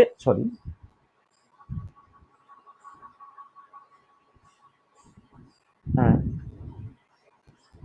তোমার দেখো এই যে সাইটা, যেটা আমি one electron wave function for hydrogen atom, hydrogen one electron আয়ন্স, এটাকে সলভ করার পরে তুমি এটা তিনটে কোয়ান্টাম নাম্বার উপর ডিপেন্ড করে, এন, এল এবং এম এল এর উপর ডিপেন্ড করে। এটা মাথায় রাখবে। তাহলে অরবিটাল কিন্তু এন, এল এবং এম এল এর উপর ডিপেন্ড করছে। যে কোনো একটা orbital principal quantum number n, azimuthal quantum number l এবং magnetic quantum number m l এর উপর ডিপেন্ড করে। এটা আচ্ছা, এবারে তোমার দেখো, এই যে কোয়ান্টাম নাম্বারগুলোর কথা থাকলে আরো একটা অ্যাডিশনাল কোয়ান্টাম নাম্বার এলো, তবে সেইবারে এই কোয়ান্টাম নাম্বারগুলো সম্বন্ধে কয়েকটা কথাবার্তা বলা যাক। আর তাহলে আমি জাস্ট যেটা বলছি, কোয়ান্টাম নাম্বার।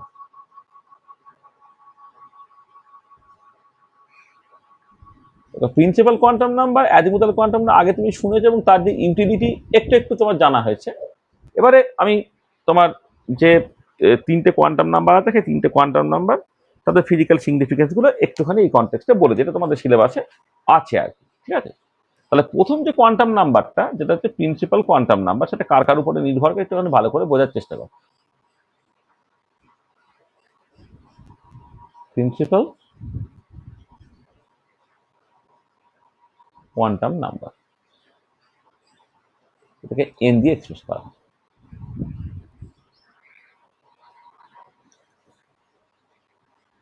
আচ্ছা, এই যে প্রিন্সিপাল কোয়ান্টাম নাম্বার, এইটা প্রথমে তার অ্যালাউড ভ্যালুজ অফ এন, সেটা কত হচ্ছে না, এক থেকে শুধু 1 2 3 4 ডট ডট ডট। আচ্ছা, এবারে এটাতে কি পাওয়া যায় না, এনার্জি যেটা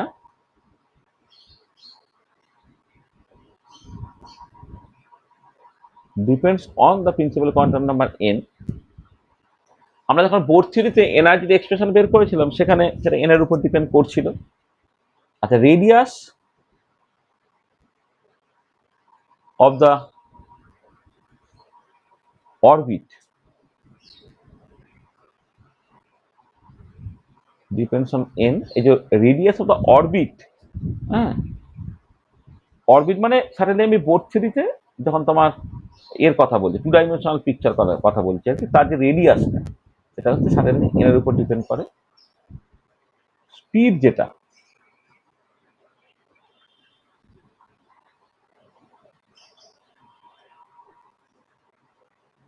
স্পিড অফ দ্য ইলেকট্রন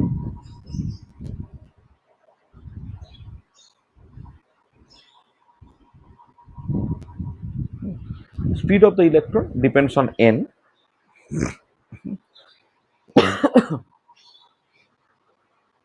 এগুলো তাহলে এটা। আচ্ছা, এবারে দেখো, এই যে রেডিয়াস অফ দ্য অরবিট যখন বলছি, এটা হচ্ছে in 2D পিকচারে।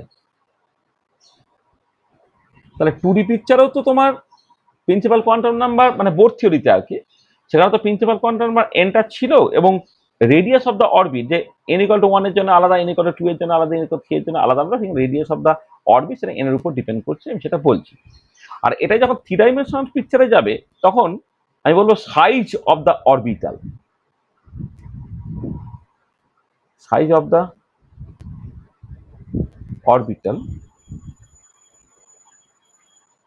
depends on n।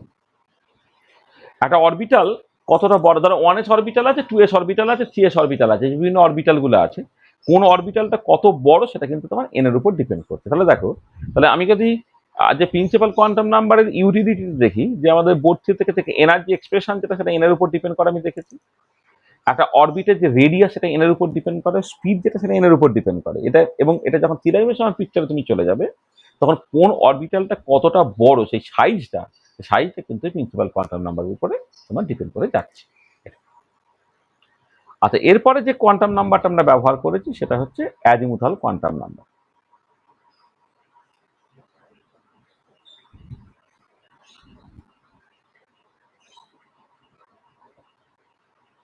Azimuthal quantum number L.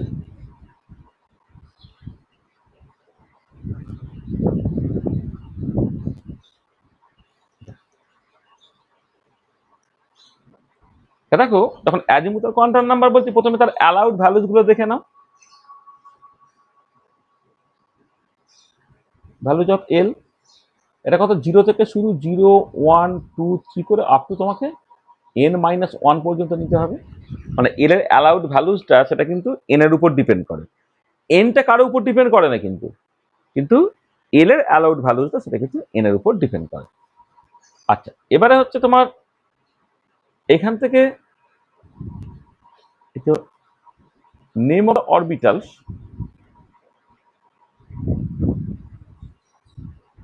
Depends on l. কেমন করে?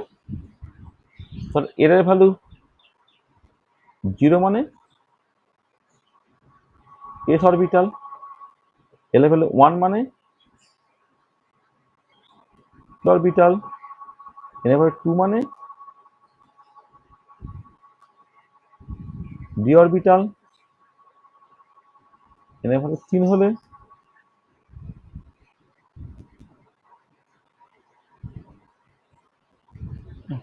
এল এর ভ্যালু 3 হলে হচ্ছে F orbital and so on.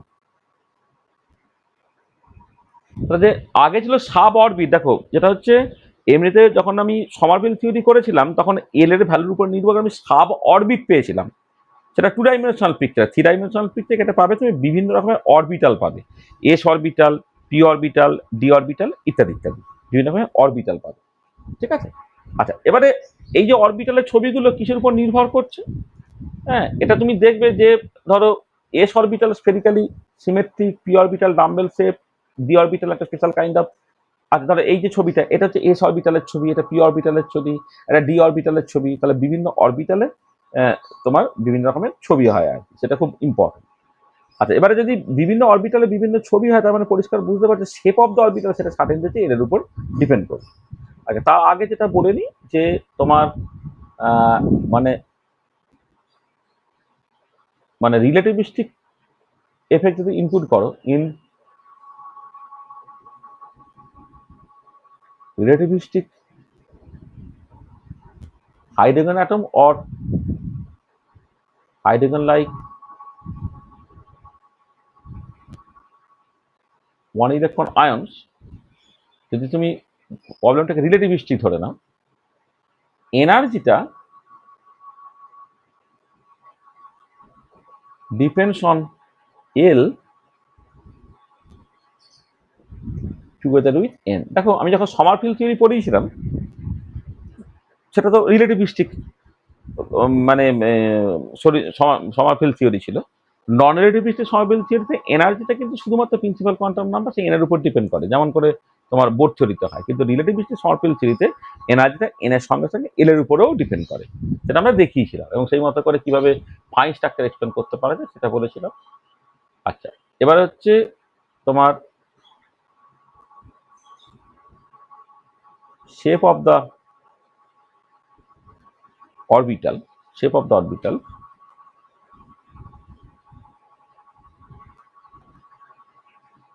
Depend on l. মানে একটা কোন অরবিটালের শেপটা কেমন হবে, কোনটা স্ফেরিক্যালি সিমেট্রিক, কোনটা ডাম্বেল শেপ, কোনটা খুলে পাবলির মতো দেখতে, সেটা কিন্তু পুরোপুরি নির্ভর করে এল এর উপরে। আচ্ছা, এবারে এর সঙ্গে আর একটা জিনিস দরকার যে angular momentum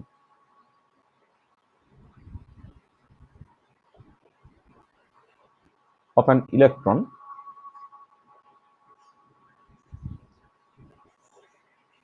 depends on l. কেমন করে?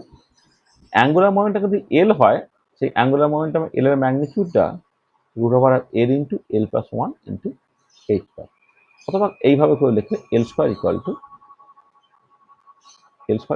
এল ইন্টু এল প্লাস 1 ইন্টু। মানে angular momentum of the electron সেটা অ্যাজিমুথাল কোয়ান্টাম এর উপর ডিপেন্ড করছে, এবং দেখো সেই অ্যাঙ্গুলার মোমেন্টামটা তার ম্যাগনিটিউডটা root over of l into l plus one h plus হচ্ছে। তো দেখো তাহলে এই যে এল এর উপরে নির্ভর করে বিভিন্ন রকমের তুমি যে অরবিটালগুলোকে পাচ্ছ, হ্যাঁ, সেই অরবিটালগুলোর শেপগুলো সব আলাদা আলাদা, সেখানে shape of the orbital certainly l এর উপর ডিপেন্ড করে। এবং যেটা ইম্পর্টেন্ট পয়েন্ট তুমি দেখবে যে S orbital, P orbital, D orbital, F orbital, এদের কিন্তু অ্যাঙ্গুলার মোমেন্টামগুলো আলাদা আলাদা হয়। যেমন ধরো তুমি যদি লেটসে এল ইকুয়াল টু জিরোটাকে বলতো, অর্থাৎ এস অরবিটালের ক্ষেত্রে অ্যাঙ্গুলার মোমেন্টাম কত হবে না, জিরো হবে। কারণ দেখো তুমি এল ইকুয়াল টু জিরো যদি বসিয়ে দাও, তাহলে এস অরবিটালের ক্ষেত্রে অ্যাঙ্গুলার মোমেন্টামটা জিরো হয়। কিন্তু এটা যদি এল ইকুয়াল টু ওয়ান করে দাও, ধরে না পি অরবিটাল যদি নাও, কত ম্যাগনিটিউডটা কত হলো, root two into h plus one. L equal to দুই যদি হয়,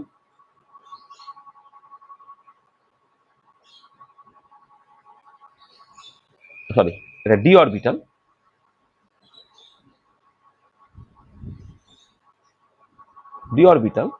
তার সঙ্গে আসলে যেটা অ্যাঙ্গুলার মোমেন্টাম কত হবে, root over of two into two plus one, তাহলে root six into h plus. এখানে এল এর জায়গায় দুই বসিয়ে দাও, আর এখানে এল প্লাস ওয়ানটা তিন হয়ে গেছে, root over of six into h plus and so on.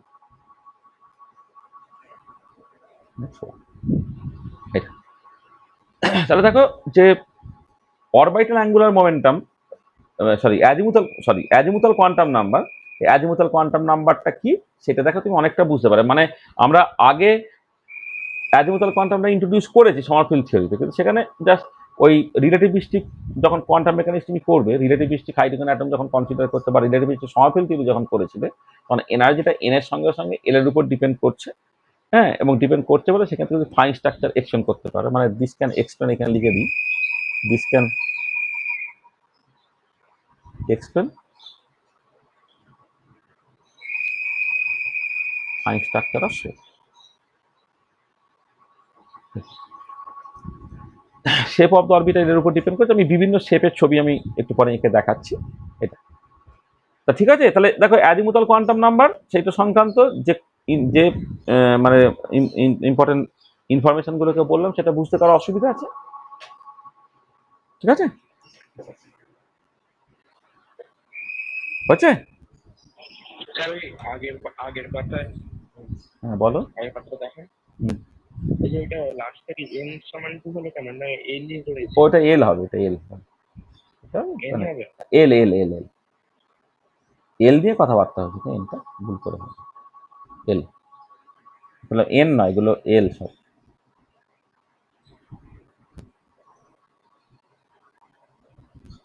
এল। ঠিক আছে, বলো। এবং এখান থেকে দেখা ওই যে এই কথাটা একটুখানি এক্সপ্লোর করে নিই। এই যে অ্যালাউড ভ্যালুজ অফ এল, সেটা হচ্ছে 0, 1, 2, 3 থেকে আপ টু n-1 পর্যন্ত। ধরো এন এর ভ্যালু যদি 1 হয়ে যায়, তাহলে এর এর ভ্যালু কিন্তু জাস্ট শুধুমাত্র 0 হবে। এর যে করসপন্ডিং, এটা 0 মানে এস অরবিটাল, তাহলে এই যে করসপন্ডিং অরবিটালটাকে 1s অরবিটাল বলা হয়।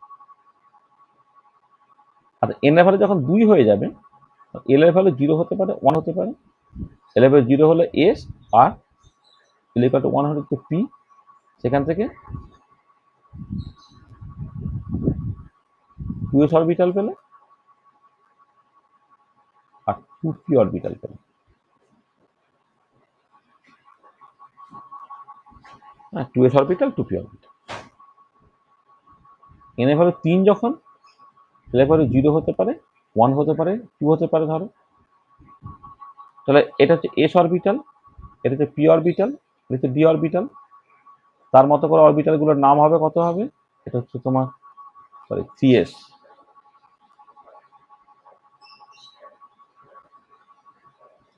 এটা হচ্ছে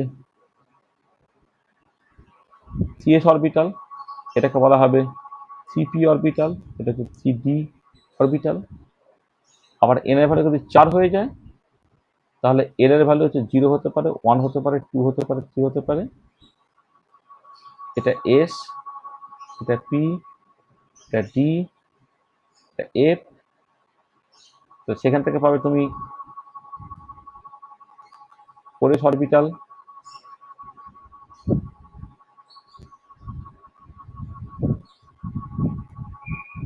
4p অরবিটাল,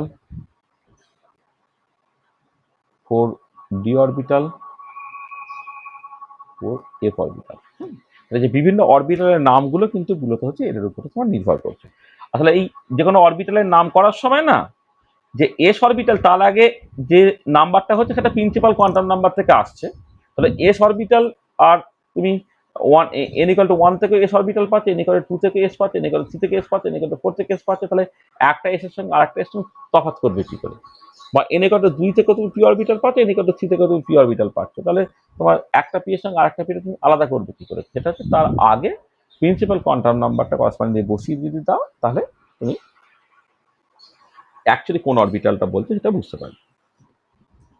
তাহলে এই হচ্ছে all about azimuthal quantum number. ঠিক আছে, এবারে চলে এসো ম্যাগনেটিক কোয়ান্টাম নাম্বার।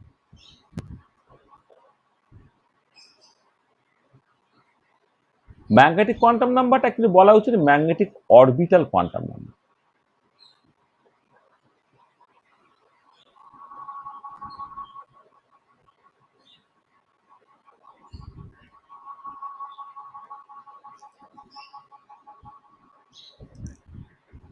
আচ্ছা, এই ম্যাগনেটিক কোয়ান্টাম নাম্বার সেইটা অনেক বইয়ে শুধুমাত্র এম লেখা থাকে, কিন্তু বলা উচিত হচ্ছে ML.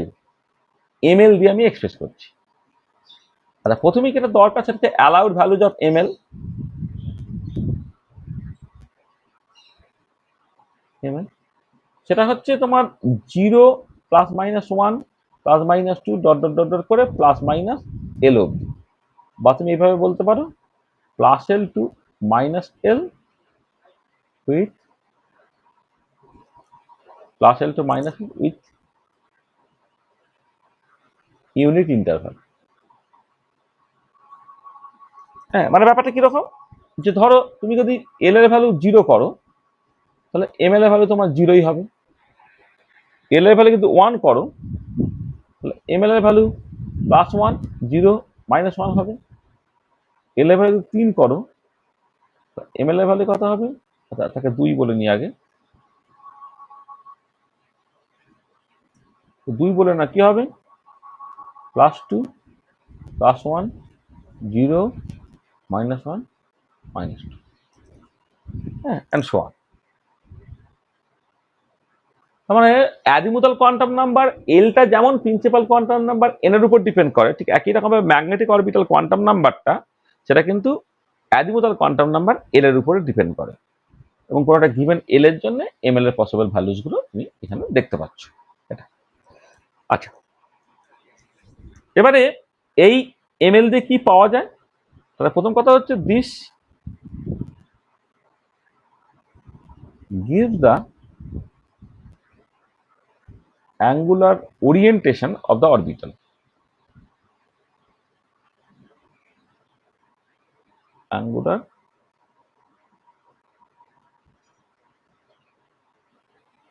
orientation.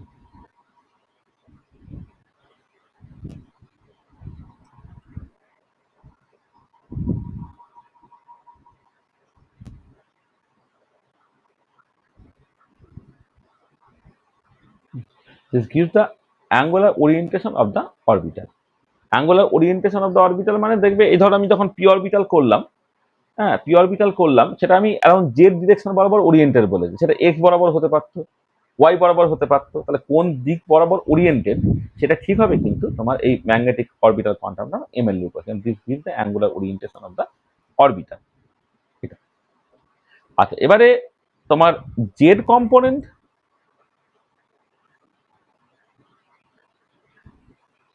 Of angular momentum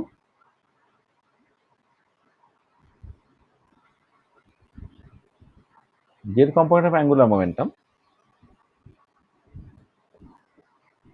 আমি এল জেড এইভাবে বলছি, depends on magnetic quantum ML. কেমন করে? তাহলে জেড কম্পোনেন্ট অ্যাঙ্গুলার মোমেন্টাম সবসময় এমএল ইন্টু এইচ। তাহলে এল জেডটা হচ্ছে এমএল ইন্টু এইচ। তাহলে টোটাল অ্যাঙ্গুলার মোমেন্টামটা তোমার এল এর উপর নির্ভর করলো, আর জেড কম্পোনেন্ট অফ অ্যাঙ্গুলার মোমেন্টামটা কিন্তু এমএল এর উপরে নির্ভর করলো, উইথ এমএল এর যে অ্যালাউড ভ্যালুস, উইথ এমএল এর যে allowed value 0 plus minus 1 plus minus 2 dot dot dot. আর এবারে এমনিতে এনার্জিটা এমএল এর উপর নির্ভর করে না, মানে ইলেকট্রনিক এনার্জি ডিরেক্টলি এমএল এর উপর নির্ভর করে না, কিন্তু যদি এক্সটার্নাল হোমোজিনিয়াস ম্যাগনেটিক ফিল্ড দাও তাহলে কিন্তু এনার্জিটা এমএল এর উপর নির্ভর করবে, তার মতো করে বিভিন্ন তুমি স্প্লিটিং পাচ্ছ, যেটা তোমার জিম্যান এফেক্ট বলা হচ্ছে। ঠিক আছে, তাহলে this can explain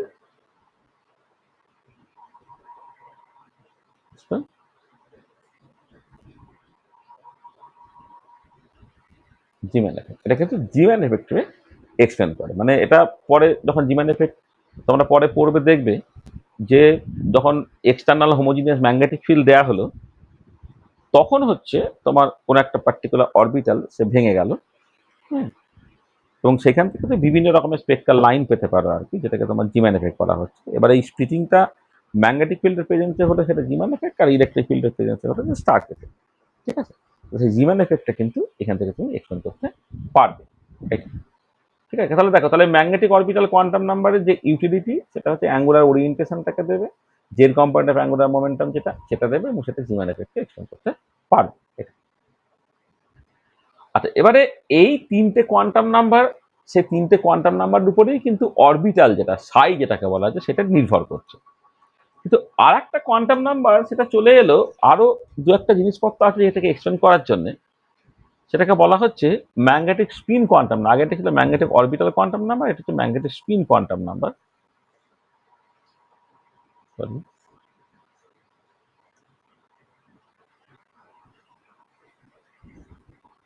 magnetic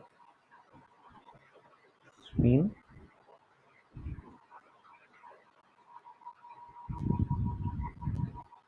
magnetic spin quantum number, এটাকে এমএস দিয়ে এক্সপ্রেস করা হচ্ছে, এমএস দিয়ে থেকে এক্সপ্রেস করা হচ্ছে। আচ্ছা, এর অ্যালাউড ভ্যালুজ কি?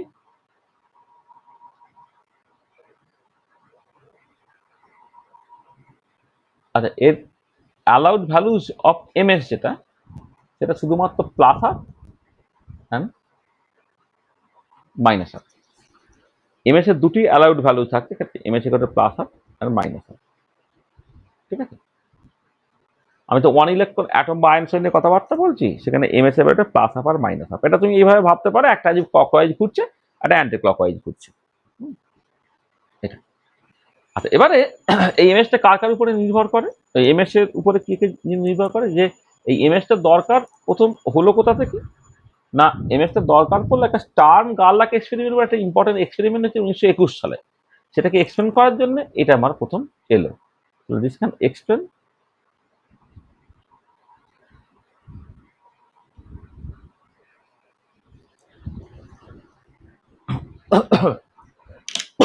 এক minute.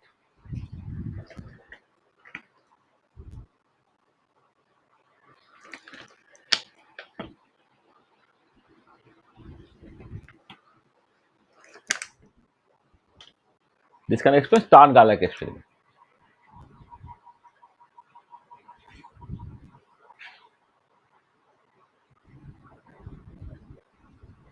Stern-Garlack experiment. Stern-Garlack experiment হচ্ছে প্রথম ইলেকট্রন স্পিনের যে একটা এক্সিস্টেন্স থাকতে হবে, সেটা প্রথম বলে আর কি। তাহলে এই এস দিয়ে তুমি বা এমএস দিয়ে তুমি স্টার্ন-গার্লাক এক্সপেরিমেন্ট থেকে এক্সপ্লেন করতে পারবে। আচ্ছা, এবারে জেড কম্পোনেন্ট অফ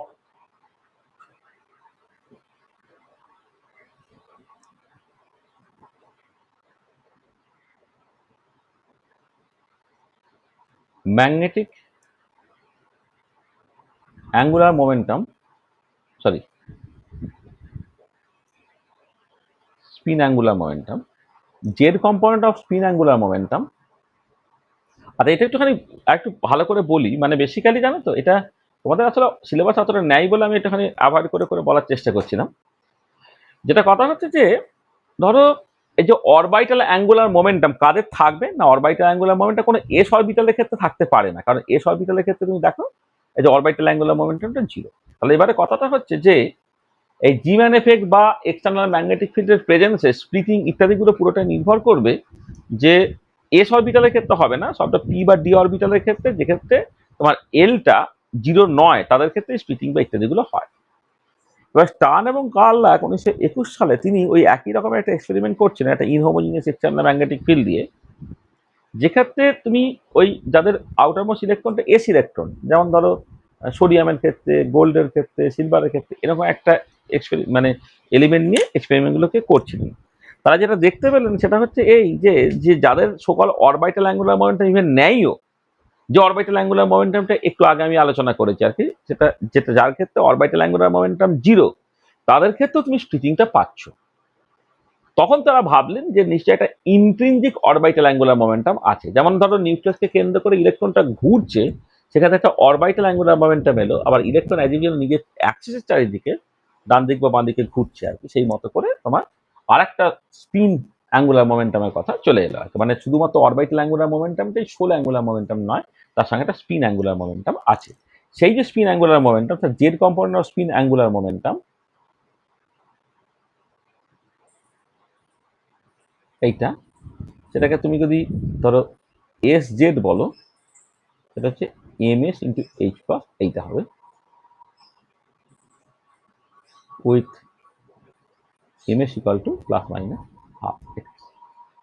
আচ্ছা, এবারে টোটাল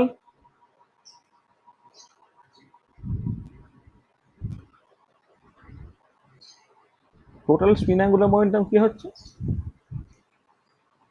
যদি এস বলা হয়, তা হয় হচ্ছে এস এর ম্যাগনিটিউড যেটা root over l into l plus 1 into H cross with l equal to 0 1 2 3 dot dot dot. আচ্ছা দেখো, আমি আগেরটায় প্রথমে স্পিন অ্যাঙ্গুলার মোমেন্টাম বলেছিলাম, তারপরে জেড কম্পোনেন্ট বলেছিলাম। এখানে প্রথমে জেড কম্পোনেন্ট বললাম, তারপরে স্পিন অ্যাঙ্গুলার মোমেন্টাম বললাম। তাহলে এই যে সরি এটা সরি বাবা, এটা এস এস এস। তাহলে দেখো আমি কি করলাম না, এর আগে যখন আলোচনা করেছিলাম, প্রথমে আমি এখানে টোটাল অ্যাঙ্গুলার মোমেন্টাম যেটা সেটা লিখেছিলাম। অ্যাঙ্গুলার মোমেন্টাম, এই অ্যাঙ্গুলার মোমেন্টাম বলে অরবাইটাল অ্যাঙ্গুলার মোমেন্টাম বলে। আর একটু ভালো কথা বললে এটাকে বলা হয় orbital angular momentum. Orbital angular মোমেন্টামের এক্সপ্রেশনটা কি ছিল, l equal to root over of l into l plus 1 h cross. ঠিক একই রকম ভাবে যখন আমি বুঝে গেলাম যে স্পিন অ্যাঙ্গুলার মোমেন্টাম আছে, টোটাল স্পিন অ্যাঙ্গুলার মোমেন্টামের এক্সপ্রেশনটা কথা হবে এস সমান root over of S into S plus 1 h cross. এবার হচ্ছে for a given s allowed values of m এসটা কত, for a given s allowed values of m s হচ্ছে তোমার plus s to minus s with unit interval. Plus s to minus s unit, যেমন m এলটা বলেছিলাম plus l to minus l with unit interval, এক্ষেত্রে m এসটা হচ্ছে plus s to minus l with unit interval. এবারে দেখো যদি এমন হতো যে ইফ এম এস এর ভ্যালুটা plus half plus minus half আর কি, plus half and minus half, এটা যদি হয় এম এস এর ভ্যালুটা যদি তোমার ধরো এই plus half and minus half যদি হয়, তাহলে তার এর করসপন্ডিং এসটা কত হবে, এসটা হবে হাফ। কারণটা কি, কারণটা দেখো যে এস এর ভ্যালু বলে দিলে এম এস এর value plus half plus s to minus s with unit interval হয়, তো তাহলে এস এর ভ্যালু যখন হাফ হয়ে যাচ্ছে, তাহলে এম এস এর ভ্যালুটা কত হচ্ছে, এই যে প্লাস হাফ থেকে মাইনাস এটা। আচ্ছা এটা হলো, তাহলে এখান থেকে দেখো এই যে তোমার আমি যেমন স্টার্ন গার্লাক এক্সপেরিমেন্টটাকে ম্যাগনেটিক স্পিন কোয়ান্টাম নাম্বার দিয়ে এক্সপ্লেন করতে পারি, আরো দু একটা ইম্পর্টেন্ট জিনিস আছে যেটা জাস্ট ইনফরমেশন হিসেবে মনে রাখা, যে স্পিন অরবিট কাপলিং বলে একটা জিনিস আছে আর কি। হ্যাঁ, সেইটা হচ্ছে সেখানে তোমার স্পিনের এক্সিস্টেন্সটা সাডেনলি তোমার লাগবে। হ্যাঁ, এবং সেইখান থেকে ধরো অ্যালকালি মেটাল সোডিয়াম, হ্যাঁ, এদের ক্ষেত্রে যে ইয়েলো লাইনটা পাওয়া যায়, সেক্ষেত্রে একটা ওয়েভলেন্থ থাকে না, দুটো ওয়েভলেন্থ থাকে। সেটা কিন্তু এখান থেকে এক্সপ্লেন করতে পারা যায়। সেটা হচ্ছে যে তোমার alkali metal ডাবলেটস,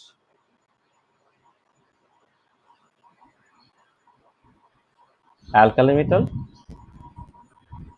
doublets can be explained by ms এগুলো spin orbit coupling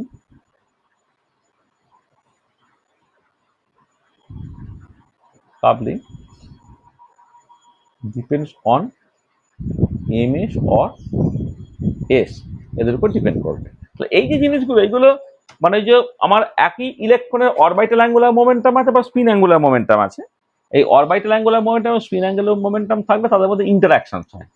তাই ইন্টারাকশন থেকে বলা হচ্ছে স্পিন অরবিট কাপলিং। এই স্পিন অরবিট কাপলিংটা এমএস বা এস যেটা তার উপর নির্ভর করে। আর এবারে যেটা বললাম alkali metal, as for example sodium, ঠিক আছে? সোডিয়ামের ক্ষেত্রে তুমি দেখতে পাবে যে একটা ইয়েলো লাইন পাওয়া যায় 5692 অ্যাংস্ট্রম ওয়েভলেন্থে। এবারে দেখা যায় যে হাই রেজলিউশন স্পেকট্রোফটোমিটারে ওই লাইনটা বেসিক্যালি একটা লাইন না দুটো লাইনের কম্বিনেশন। সেই দুটো লাইনটা তুমি এক্সপ্লেন করতে গেলে তোমার কিন্তু এমএস এর কনসেপ্টটা লাগবে। Alkali metal doublet can be explain by MS.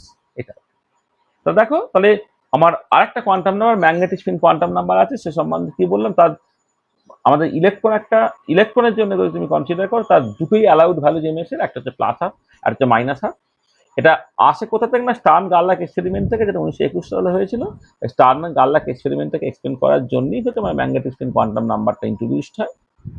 এবারে Z component of magnetic Z component of spin angular momentum S Z, সেটা হচ্ছে MS into H cross with MS equal to plus minus half. Total angular momentum এসটা হচ্ছে root over of S into S plus 1 into H cross. তাহলে এক্ষেত্রে প্রথমে MS, তারপরে আমি S introduce করছি, যেমন করে এমএল এবং এল ইন্ট্রোডিউস করা হয়।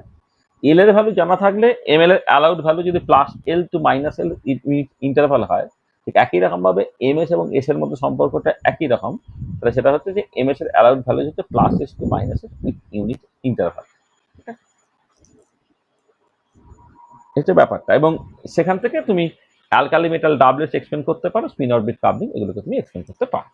তাহলে এই যে চারটে কোয়ান্টাম নাম্বার ছিল, সেই চারটে কোয়ান্টাম নাম্বারটা আমি ব্রিফলি তোমায় বলে দিলাম। ঠিক আছে, তা দেখো, তাহলে আমি যতটুকু বললাম এখন পর্যন্ত সেটা হচ্ছে এরকম যে তোমার এমনিতে যতক্ষণ পর্যন্ত আমাদের চারটে সিলেবাসে দেখলাম, তারপরে কোয়ান্টাম নাম্বার গুলো আছে। এবারে কথাটা হচ্ছে যে আপ টু সমারফিল্ড থিওরি পর্যন্ত তুমি দুটো কোয়ান্টাম নাম্বার পেয়েছিলে, চারটে কোয়ান্টাম নাম্বার পেতে গেলে প্রথমেই হচ্ছে ওয়েভ মেকানিক্যাল মডেল বা কোয়ান্টাম মেকানিক্যাল মডেলের তোমার আসতে হবে, সেখান থেকে অরবিটালের কনসেপ্টটা পাবে। এবার অরবিটালটা যদি তুমি পেয়ে যাও, তাহলে সেই অরবিটালটা তিনটে কোয়ান্টাম নাম্বার এন, এল এবং এম এল এর উপর ডিপেন্ড করছে, এবং তার সঙ্গে সঙ্গে আরো কিছু অ্যাসোসিয়েটেড প্রপার্টি আছে। সেখানে ওই তিনটে কোয়ান্টাম নাম্বার প্রথমে বলে দিলাম, principal quantum number, azimuthal quantum number বা ম্যাগনেটিক অরবিটাল কোয়ান্টাম নাম্বার। আর একটা এক্সট্রা কোয়ান্টাম নাম্বার আছে, যেটা magnetic spin quantum number. Magnetic spin quantum নাম্বারটা কিন্তু তোমার মানে এর কোনো ক্লাসিক্যাল অ্যানালগ নাই বেসিক্যালি। হ্যাঁ, মানে এটা এই যে ম্যাগনেটিক স্পিন কোয়ান্টাম নাম্বার যেটা, এটা মানে আমাদের পরে এই যে শোরিঞ্জার ইকুয়েশন থেকে কিন্তু এটা পেলে না। শোরিঞ্জার ইকুয়েশন থেকে এন, এল এবং এম এল পেলে। এই ম্যাগনেটিক স্পিন কোয়ান্টাম নাম্বারটা কোয়ান্টাম ফিল্ড থিওরি বলে একটা জায়গা আছে, সেখান থেকে পাওয়া যায়। ওই জন্য এর অরিজিনটা কোথায় আমি কিছু বলছি না, লোকে এক্সপেরিমেন্টালের অরিজিনটা প্রথম বোঝা যায় হচ্ছে 1921 সালে স্টার্ন গার্লাক এক্সপেরিমেন্টের থ্রু দিয়ে। সেখানে এই স্পিনের এক্সিস্টেন্সটা অ্যাকচুয়ালি স্টার্ন গার্লাক এক্সপেরিমেন্ট সেটা তোমার প্রমাণ করে যে না, শুধুমাত্র অরবিটাল অ্যাঙ্গুলার মোমেন্টাম নাই, তার সঙ্গে একটা ইন্ট্রিনজিক অ্যাঙ্গুলার মোমেন্টাম থাকে, যেটা spin angular momentum. Spin angular momentum থাকলে তবে স্টার্ন গার্লাক এক্সপেরিমেন্ট থেকে এক্সপ্লেন করতে পারা যায়। তো তাকে চারটে কোয়ান্টাম নাম্বার বলে দিলাম। বলো আর কোনো অসুবিধা আছে? মানে এই যতটুকু বলেছি সেখানে কোনো অসুবিধা আছে?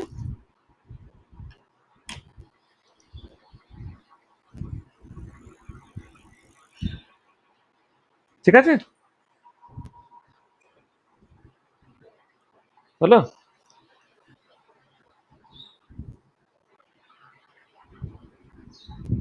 হ্যালো, বুঝতে পেরেছো?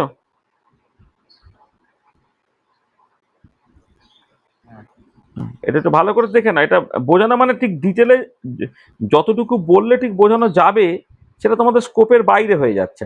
হ্যাঁ, ওই জন্য আমি ওই জাস্ট একটুখানি উপরে এই এই জিনিসগুলো বলছি, কারণ এইগুলো ভেতরে ঢুকে বলতে গেলে অনেকটা টাইম কনজিউমিং ব্যাপার আর কি।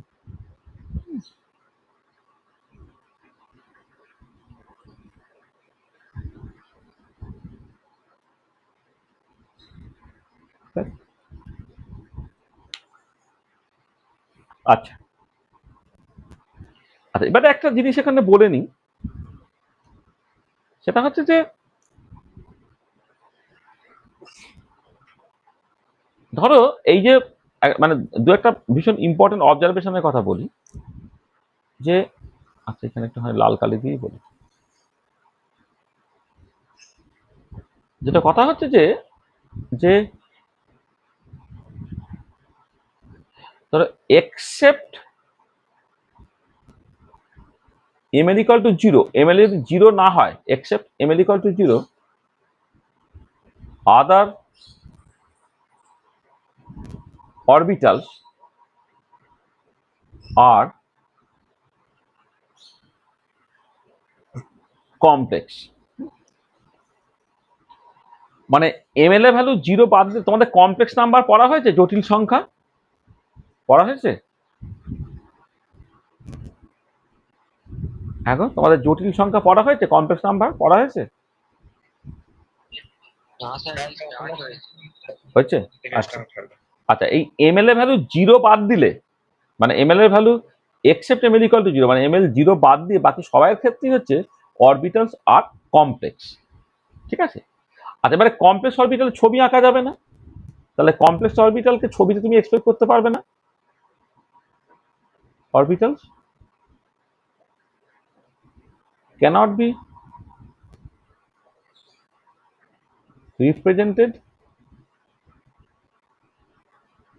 পিক্টোরিয়াল, এটা ঠিক আছে। তো পিক্টোরিয়ালে সেটাকে কিন্তু রিপ্রেজেন্ট করতে পারা যাবে না। তাহলে ওয়ে আউটটা কি? ওয়ে আউট হচ্ছে যে make the complex orbital real,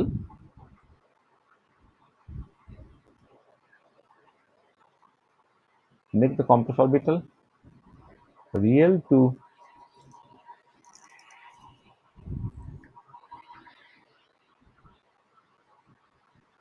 two, মানে হচ্ছে টু না বলে real by taking suitable linear combination, real by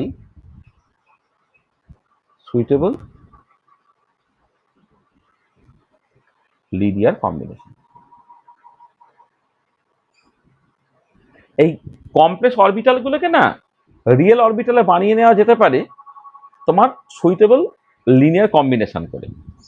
ঠিক আছে, এটা সেই জন্য যেখানে তোমার ml এর ভ্যালুটা 0, তাদের ক্ষেত্রে কিচ্ছু করার দরকার নেই, তারা ইন জেনারেল রিয়েল হয়। কিন্তু যাদের ক্ষেত্রে ml এর ভ্যালুটা হচ্ছে 0 নয়, তাদের ক্ষেত্রে তোমার সুইটেবল লিনিয়ার কম্বিনেশন তোমায় নিয়ে নিতে হয়। যেমন ধরো তুমি ধরো n ইকুয়াল টু যখন 2 বলছো, তখন l এর ভ্যালু 0 হলো, সেখান থেকে তুমি 2s অরবিটাল পেলে, এটা হচ্ছে রিয়েল। কারণ আচ্ছা, এখানে একটা জিনিস বলে নি, এক মিনিট। আচ্ছা, l ইকুয়াল টু যখন 0 হয়ে যাবে, তখন ml এর ভ্যালু 0 হবে, সেই অরবিট হচ্ছে 2s অরবিটাল, এটা রিয়েল। কিন্তু সরি, n এর ভ্যালু 1টা প্রথমে বলে নিচ্ছি, n এর ভ্যালু 1 এ। আচ্ছা, n এর ভ্যালু যখন 2 করছি তুমি, এটাকে প্রথমে 1টাও বলে দিচ্ছি, এখানে 1 এসেছে। মানে n ইকুয়াল টু 1 যখন করছে, l এর ভ্যালু 0 হবে, ml অটোমেটিক্যালি 0 হবে, 1s অরবিটাল হবে, সেটা রিয়েল হবে। কিন্তু n এর ভ্যালু যখন 2, তার l ইকুয়াল টু 0 হতে পারে, তখন ml এর ভ্যালু সাডেনলি 0, তখন অরবিটাল 2s অরবিটাল, এটা তোমার রিয়েল হলো। যখনই তুমি l এর ভ্যালুটা 1 করে ফেললে, ml এর ভ্যালু 0 হতে পারে, +1 হতে পারে, -1 হতে পারে। তাহলে ml এর ভ্যালু যখন এইটা, মানে n এর ভ্যালু 2, l এর ভ্যালু 1 আর ml এর ভ্যালু 0, এইটা, সেটা তোমার 2p-z অরবিটালটা দিল, এটা তোমার সার্টেনলি রিয়েল বেরোলো। কিন্তু এরা দুজন হচ্ছে কমপ্লেক্স অরবিটাল। একজনের নাম দিচ্ছি ধরো, একজনের নাম দিচ্ছি ধরে নাও, এখন নাম দিচ্ছি একজনের ধরো 2p+1, আর এটাকে নাম দিচ্ছি 2p-1, এরা হচ্ছে কমপ্লেক্স। এটা কিন্তু 2p+1 2p-1, যাতে ml এর ভ্যালুটা, যেটা ml এর ভ্যালু 0 হলে তবে রিয়েল, ml এর ভ্যালু কিন্তু নন জিরো, তাহলে হচ্ছে কমপ্লেক্স হচ্ছে। ঠিক আছে, তা তার জন্য আমরা কি কি করবো না, যেটা করা হয় যে এই ধরো 2p+1 plus 2p-1 divided by 2, এইটা করে তুমি একটা পেলে 2p x অরবিটাল পেলে, আর 2p+1 minus 2p-1 by twice i, এটাকে করে তুমি 2p y পেলে। এ কিন্তু তোমার রিয়েল, এ হচ্ছে তোমার রিয়েল। তা দেখো তাহলে টুপি জেড বাই ডিফল্ট রিয়েল, কিন্তু টুপি প্লাস ওয়ান এন্ড টুপি মাইনাস ওয়ান তারা ইন জেনারেল কমপ্লেক্স হচ্ছে, টুপি প্লাস ওয়ান টুপি মাইনাস ইন জেনারেল কমপ্লেক্স। এবার তারা তুমি সুইটেবল লিনিয়ার কম্বিনেশন দিলে, পজিটিভ কম্বিনেশনটা তোমার টুপি এক্স দিল আর নেগেটিভ কম্বিনেশনটা টুপি ওয়াই দিল, এরা হচ্ছে তোমার রিয়েল হয়ে গেল। ওই জন্য বলছি যে যখন তোমার কমপ্লেক্স অরবিটাল পাওয়া যাবে তখন সুইটেবল লিনিয়ার কম্বিনেশনে তোমাকে রিয়েল বানিয়ে নিতে হয় আর কি। ঠিক আছে, যেমন এটা আমি এমএল এর ভ্যালু ওয়ানের জন্য করলাম, এমএল এর ভ্যালু 2 যদি হয়, ধর ডি অরবিটাল গুলো, তার ক্ষেত্রেও তোমার একটা অরবিটাল পাবে যেটা হচ্ছে অটোমেটিক্যালি রিয়েল, বাকিদেরকে তোমাকে একটা সুইটেবল লিনিয়ার কম্বিনেশন নিয়ে তোমাকে রিয়েল বানিয়ে নিতে হবে। ওই জন্য আমরা যখন এরপরে অরবিটালের ছবি টবি ইত্যাদি আঁকি, প্রত্যেক ক্ষেত্রেই না তোমার ওই রিয়েল অরবিটাল নিয়েই ছবিটাকে আঁকতে হয়। কমপ্লেক্স অরবিটালের ছবি আঁকতে পারা যায় না, তখন রিয়েল অরবিটালের ছবি কিন্তু আমাদের আঁকতে হয় আর কি। এটা যেমন ধরো আমি যখন তোমার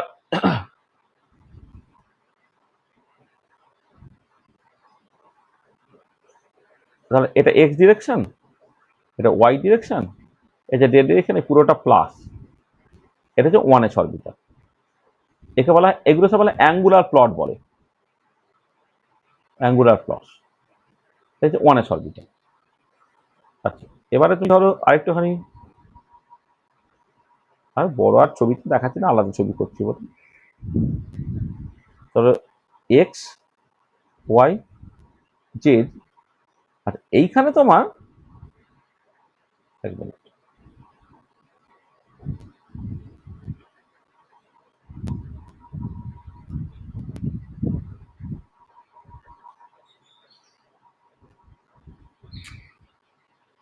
গোল আঁকতে না।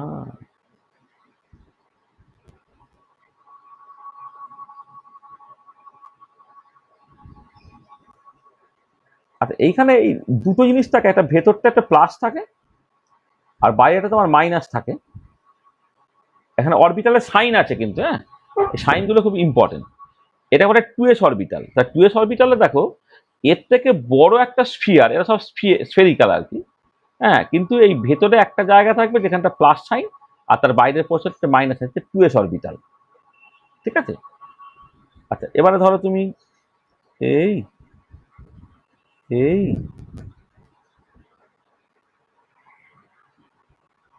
এই ধরো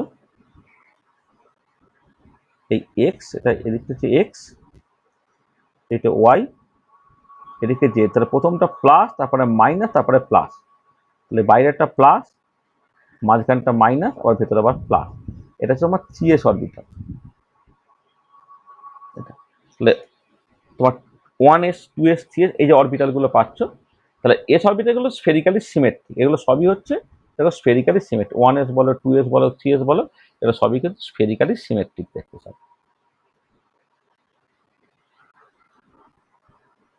থ্রি এস এগুলো সব হচ্ছে স্ফেরিক্যালি সিমেট্রিক, দেখাই যাচ্ছে। তাহলে প্রথম কথা হচ্ছে এস অরবিটাল আর স্ফেরিক্যালি সিমেট্রিক।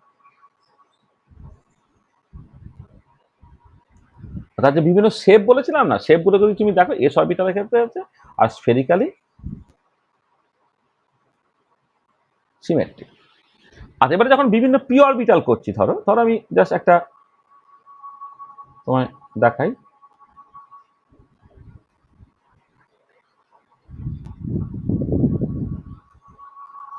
যখন ছবিতে দেখাচ্ছি মানে সবসময় রিয়েল অরবিটাল নিয়ে কথাবার্তা হবে। এটা প্লাস এক্স, এটা মাইনাস এক্স, এটা প্লাস ওয়াই, এটা মাইনাস ওয়াই, এটা প্লাস জেড, এটা ধরো minus z. Plus x minus x plus y minus y plus z minus z, plus x minus x plus y minus y plus z minus z. দেখো তাহলে এই যে ছবিটা, উপরে একটা স্ফিয়ার, নিচের স্ফিয়ার, উপরটা প্লাস সাইন নিচটা মাইনাস সাইন, এটাকে বলা হচ্ছে টুপি জেড অরবিটাল। এদিকে একটা স্ফিয়ার, এদিকে একটা স্ফিয়ার, এই প্লাস ওয়াই এর দিকে পজিটিভ, এটা মাইনাস, এটা হচ্ছে টুপি ওয়াই অরবিটাল। আর ধরো এই একটা প্লাস এক্স এর দিকে পজিটিভ, দিকে নেগেটিভ, সেটা হচ্ছে টুপি এক্স অরবিটাল। মানে এটা শুধু মানে পিটা মানে টুটা বলার দরকার নাই, সিএস টিপি করলেও একই রকমের দেখতে হবে। তোমার এই টুটা ধরো অত ইম্পর্টেন্ট না, মানে পিএক্স পিওয়াই পিজেড এই যে অরবিটালগুলো তার ছবিগুলো হচ্ছে এরকম দেখতে। এটা PX orbital, PY orbital, PZ orbital. তবে দেখো সবাই একই রকমের দেখতে, ডাম্বেল শেপ।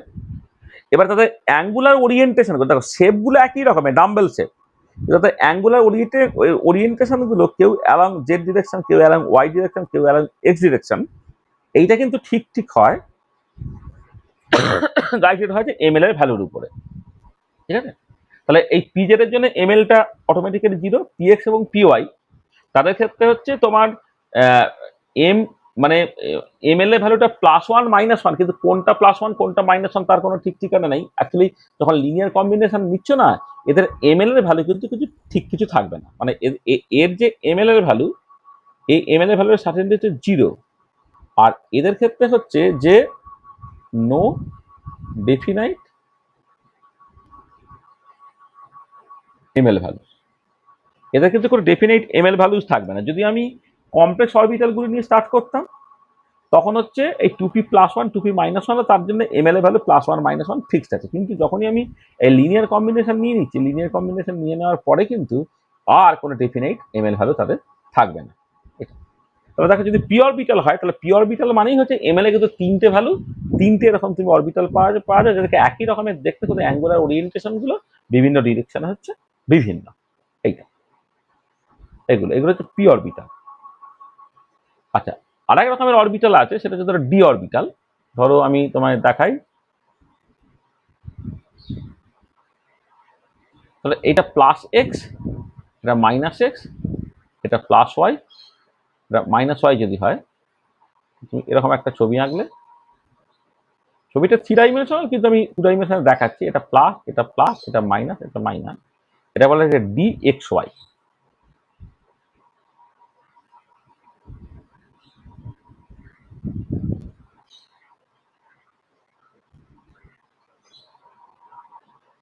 তো এটা +x, এটা -x, এটা +y, এটা -y, plus plus minus minus, এটা হচ্ছে ও সরি সরি সরি সরি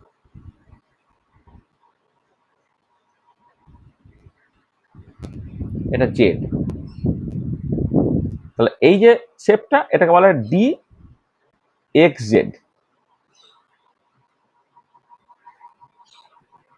আচ্ছা, এটা ধরো +x, +y, -y, এটা ধরো +z, এটা -z, plus plus minus minus, এটা হচ্ছে ডি ওয়াই জেড। এটা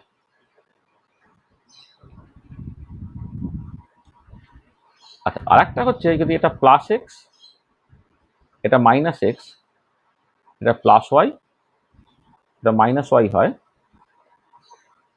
আগের গুলো ছিল কি অ্যাক্সিসের মাঝখান দিয়ে, এখন কিন্তু এটা অ্যাক্সিসের উপর দিয়ে পুরো প্লাস প্লাস মাইনাস মাইনাস। এটাকে বলা হচ্ছে তোমার ডি x² - y² অরবিটাল। এটা dx² - y² অরবিটাল। আর একটা ছবি আছে তোমার,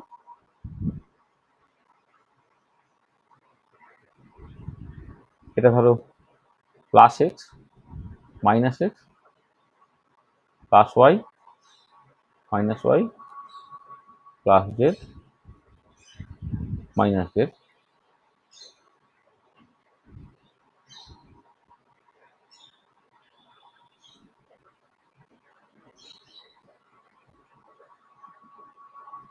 এরকম দেখতে হবে, ভেতরটা মাইনাস আর এই উপরগুলো হচ্ছে প্লাস। এইটা ঠিক আছে, এটাকে বলা হয় ডি জেড² অরবিটাল। তাহলে ডি অরবিটাল 5টা হয় কিন্তু, মানে দেখো ডি অরবিটাল যখন বলছো তুমি, ডি এর তো ডি অরবিটাল মানে তো মানে সরি, ডি অরবিটালে তো এল এর ভ্যালু 2,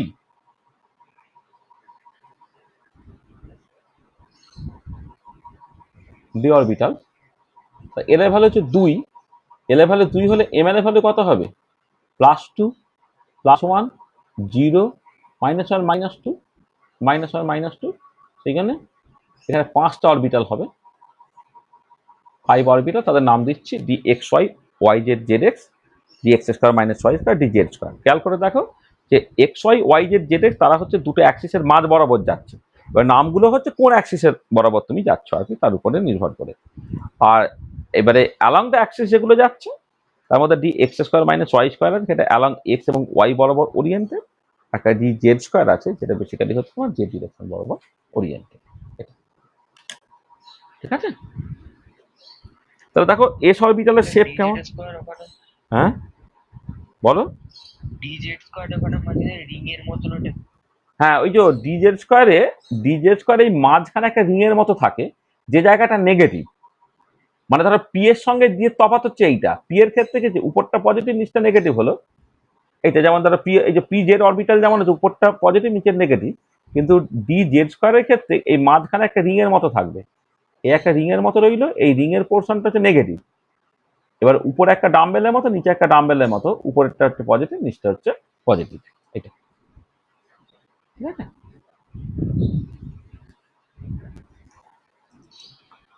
বুঝতে পারলে? হ্যাঁ তাহলে এইগুলো হচ্ছে তোমার এই বিভিন্ন অরবিটাল আমি শেপ গুলোকে আনলাম। তাহলে এস অরবিটাল 1s বলো 2s বলো 3s বলো সেগুলো হচ্ছে স্ফেরিক্যালি সিমেট্রিক। পি অরবিটাল গুলো কেমন দেখতে, P X P Y P Z.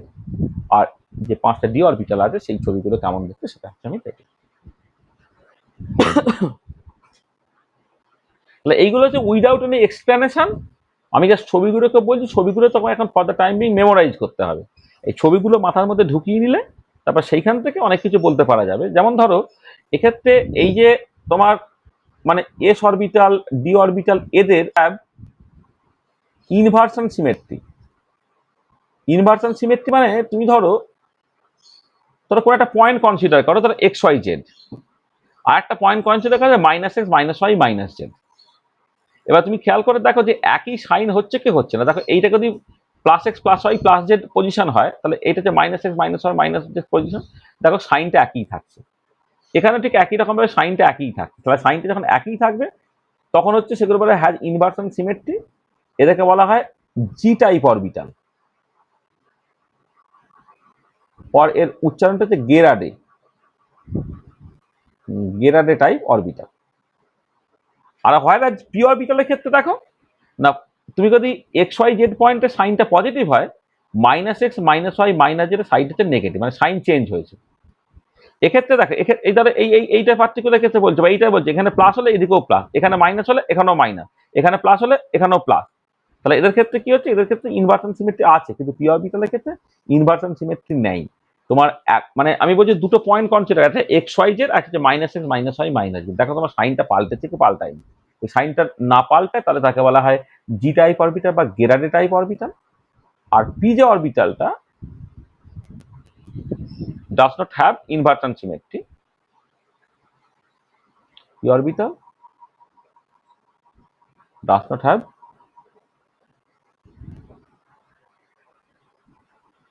inversion symmetry, কোনো inversion symmetry নেই, does not have inversion symmetry। সেই জন্য এটা হচ্ছে তোমার ইউ টাইপ অরবিটাল বলা হয় এটাকে, ইউ টাইপ অরবিটাল। আর একে বলা হয় উনগেরাডে, ইনগেরাডে টাইপ অরবিটাল। হ্যাঁ, তাহলে এই যে মানে এল এর ভ্যালু ধরো 0 2 4 এরা সব তোমার গেরাডে টাইপের অরবিটাল দেবে। এল এর ভ্যালু 1 3 5 এরা সব তোমার উনগেরাডে টাইপের অরবিটাল দেবে। এটা পরবর্তীকালে বন্ডিং এ যখন কোভ্যালেন্ট বন্ডিং আমাদের শিখতে হবে না, এই একটা দুটো চ্যাপ্টারের পরেই কোভ্যালেন্ট বন্ডিং আছে, সেখানে কিন্তু এই ওভারল্যাপ হয়ে যখন কোভ্যালেন্ট বন্ড তৈরি হবে তখন অরবিটাল করে গেরাডের নাকি উনগেরাডে টাইপ সেটা কিন্তু ভীষণ তোমার দরকার। ঠিক আছে, ভীষণই দরকার।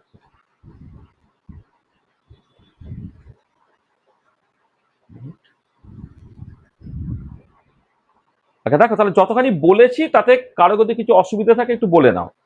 আজকে যে ক্লাসটা হচ্ছে বোঝানোর থেকে বেশি ইম্পর্টেন্ট হচ্ছে অনেকটা ইনফরমেটিভ, কারণ এই জিনিসগুলোকে বোঝানোর জন্য অনেকটা ব্যাকগ্রাউন্ড ক্লিয়ার করে তোমাকে কথাবার্তা বলতে হবে। সেই ডিটেলসটার মধ্যে আমি যাচ্ছি না ইচ্ছা করি। ঠিক আছে, এটা একটু অ্যাডভান্স আর কি। সেই জন্য যে ইনফরমেশন গুলো বলা হচ্ছে সেই ইনফরমেশন গুলোকে তোমাকে মেমোরাইজ করতে হবে। এই যে ছবিগুলো, কেন ছবিটা এরকম, কেন ছবিটা ওরকম ইত্যাদি, সবের প্রপার এক্সপ্লেনেশন আছে, একদম প্রত্যেকটা লজিক পরিষ্কার। হ্যাঁ, এটা কেন এই ছবিটা এরকম দেখতে, কেন ওই ছবিটা এরকম দেখতে। হ্যাঁ, এগুলো একদম সব লজিক পরীক্ষা, কিন্তু সেইগুলোকে বুঝিয়ে করতে গেলে অনেক ব্যাপারটা টাইম কনজিউমিং হয়ে যাবে। তাহলে প্রথম লটে তুমি অন্ততপক্ষে জিনিসগুলোকে করে ফেলো, মেমোরাইজ করে ফেলো, যে যে আমি মূলত এটা করলাম, ওয়েব মেকানিক্যাল মডেলে ঢুকলাম। আর আজকে মূলত যে কথাগুলো বলেছেন, ওয়েব মেকানিক্যাল মডেল বা কোয়ান্টাম মেকানিক্যাল মডেলে ঢুকলাম, সেখানে টাইম ইন্ডিপেন্ডেন্ট শোডিঞ্জার ইকুয়েশনের কথা বলেছি, ওয়েব ফাংশনের কথা বলছি, হ্যামিল্টনিয়ান অপারেটরের কথাবার্তা বলেছি। এবং হ্যামিল্টনিয়ান অপারেটরটা হচ্ছে কার্টিকেনে কেমন দেখতে, হাইড্রোজেন অ্যাটমের জন্য পোলারে কেমন দেখতে, এগুলোকে বলেছি। এবারে তারপর আমি চলে গেলাম যে চারটে কোয়ান্টাম নাম্বার কি, কেন, সেগুলো একটু আলোচনা করে দেওয়া হয়। তাদের অ্যালাউড ভ্যালুসগুলো কি, তাদের অ্যাপ্লিকেশন বা কি, এগুলোকে বললাম। তারপরে এই যে বিভিন্ন রকমের যে ওয়ান ইলেকট্রন ওয়েভ ফাংশনস বা হাইড্রোজেন অ্যাটম বা hydrogen like one electron system, যেগুলোকে অরবিটাল বলা হচ্ছে, সেই অরবিটালের মানে কি, অরবিটের সঙ্গে অরবিটালের মূল তফাৎগুলো কি হচ্ছে, এবং সেই অরবিটালের যে শেপগুলো SP-DF, সেই শেপগুলো কিসের উপরে কেমন করে নির্ভর করে, সেগুলো আমরা আলোচনা করব। ঠিক আছে, তাহলে আজকে আমি এই পর্যন্তই রাখছি। তাহলে নেক্সট ক্লাসে আমরা যেটা করব, নেক্সট ক্লাসে হচ্ছে আমি ভ্যারিয়াস প্লটস করব, various plots of different orbital. মানে সেখানে ধরো তোমার এই ফাংশন যেটা, মানে অরবিটাল যেটা বলা হয়, সেই অরবিটালের সঙ্গে তুমি জাস্ট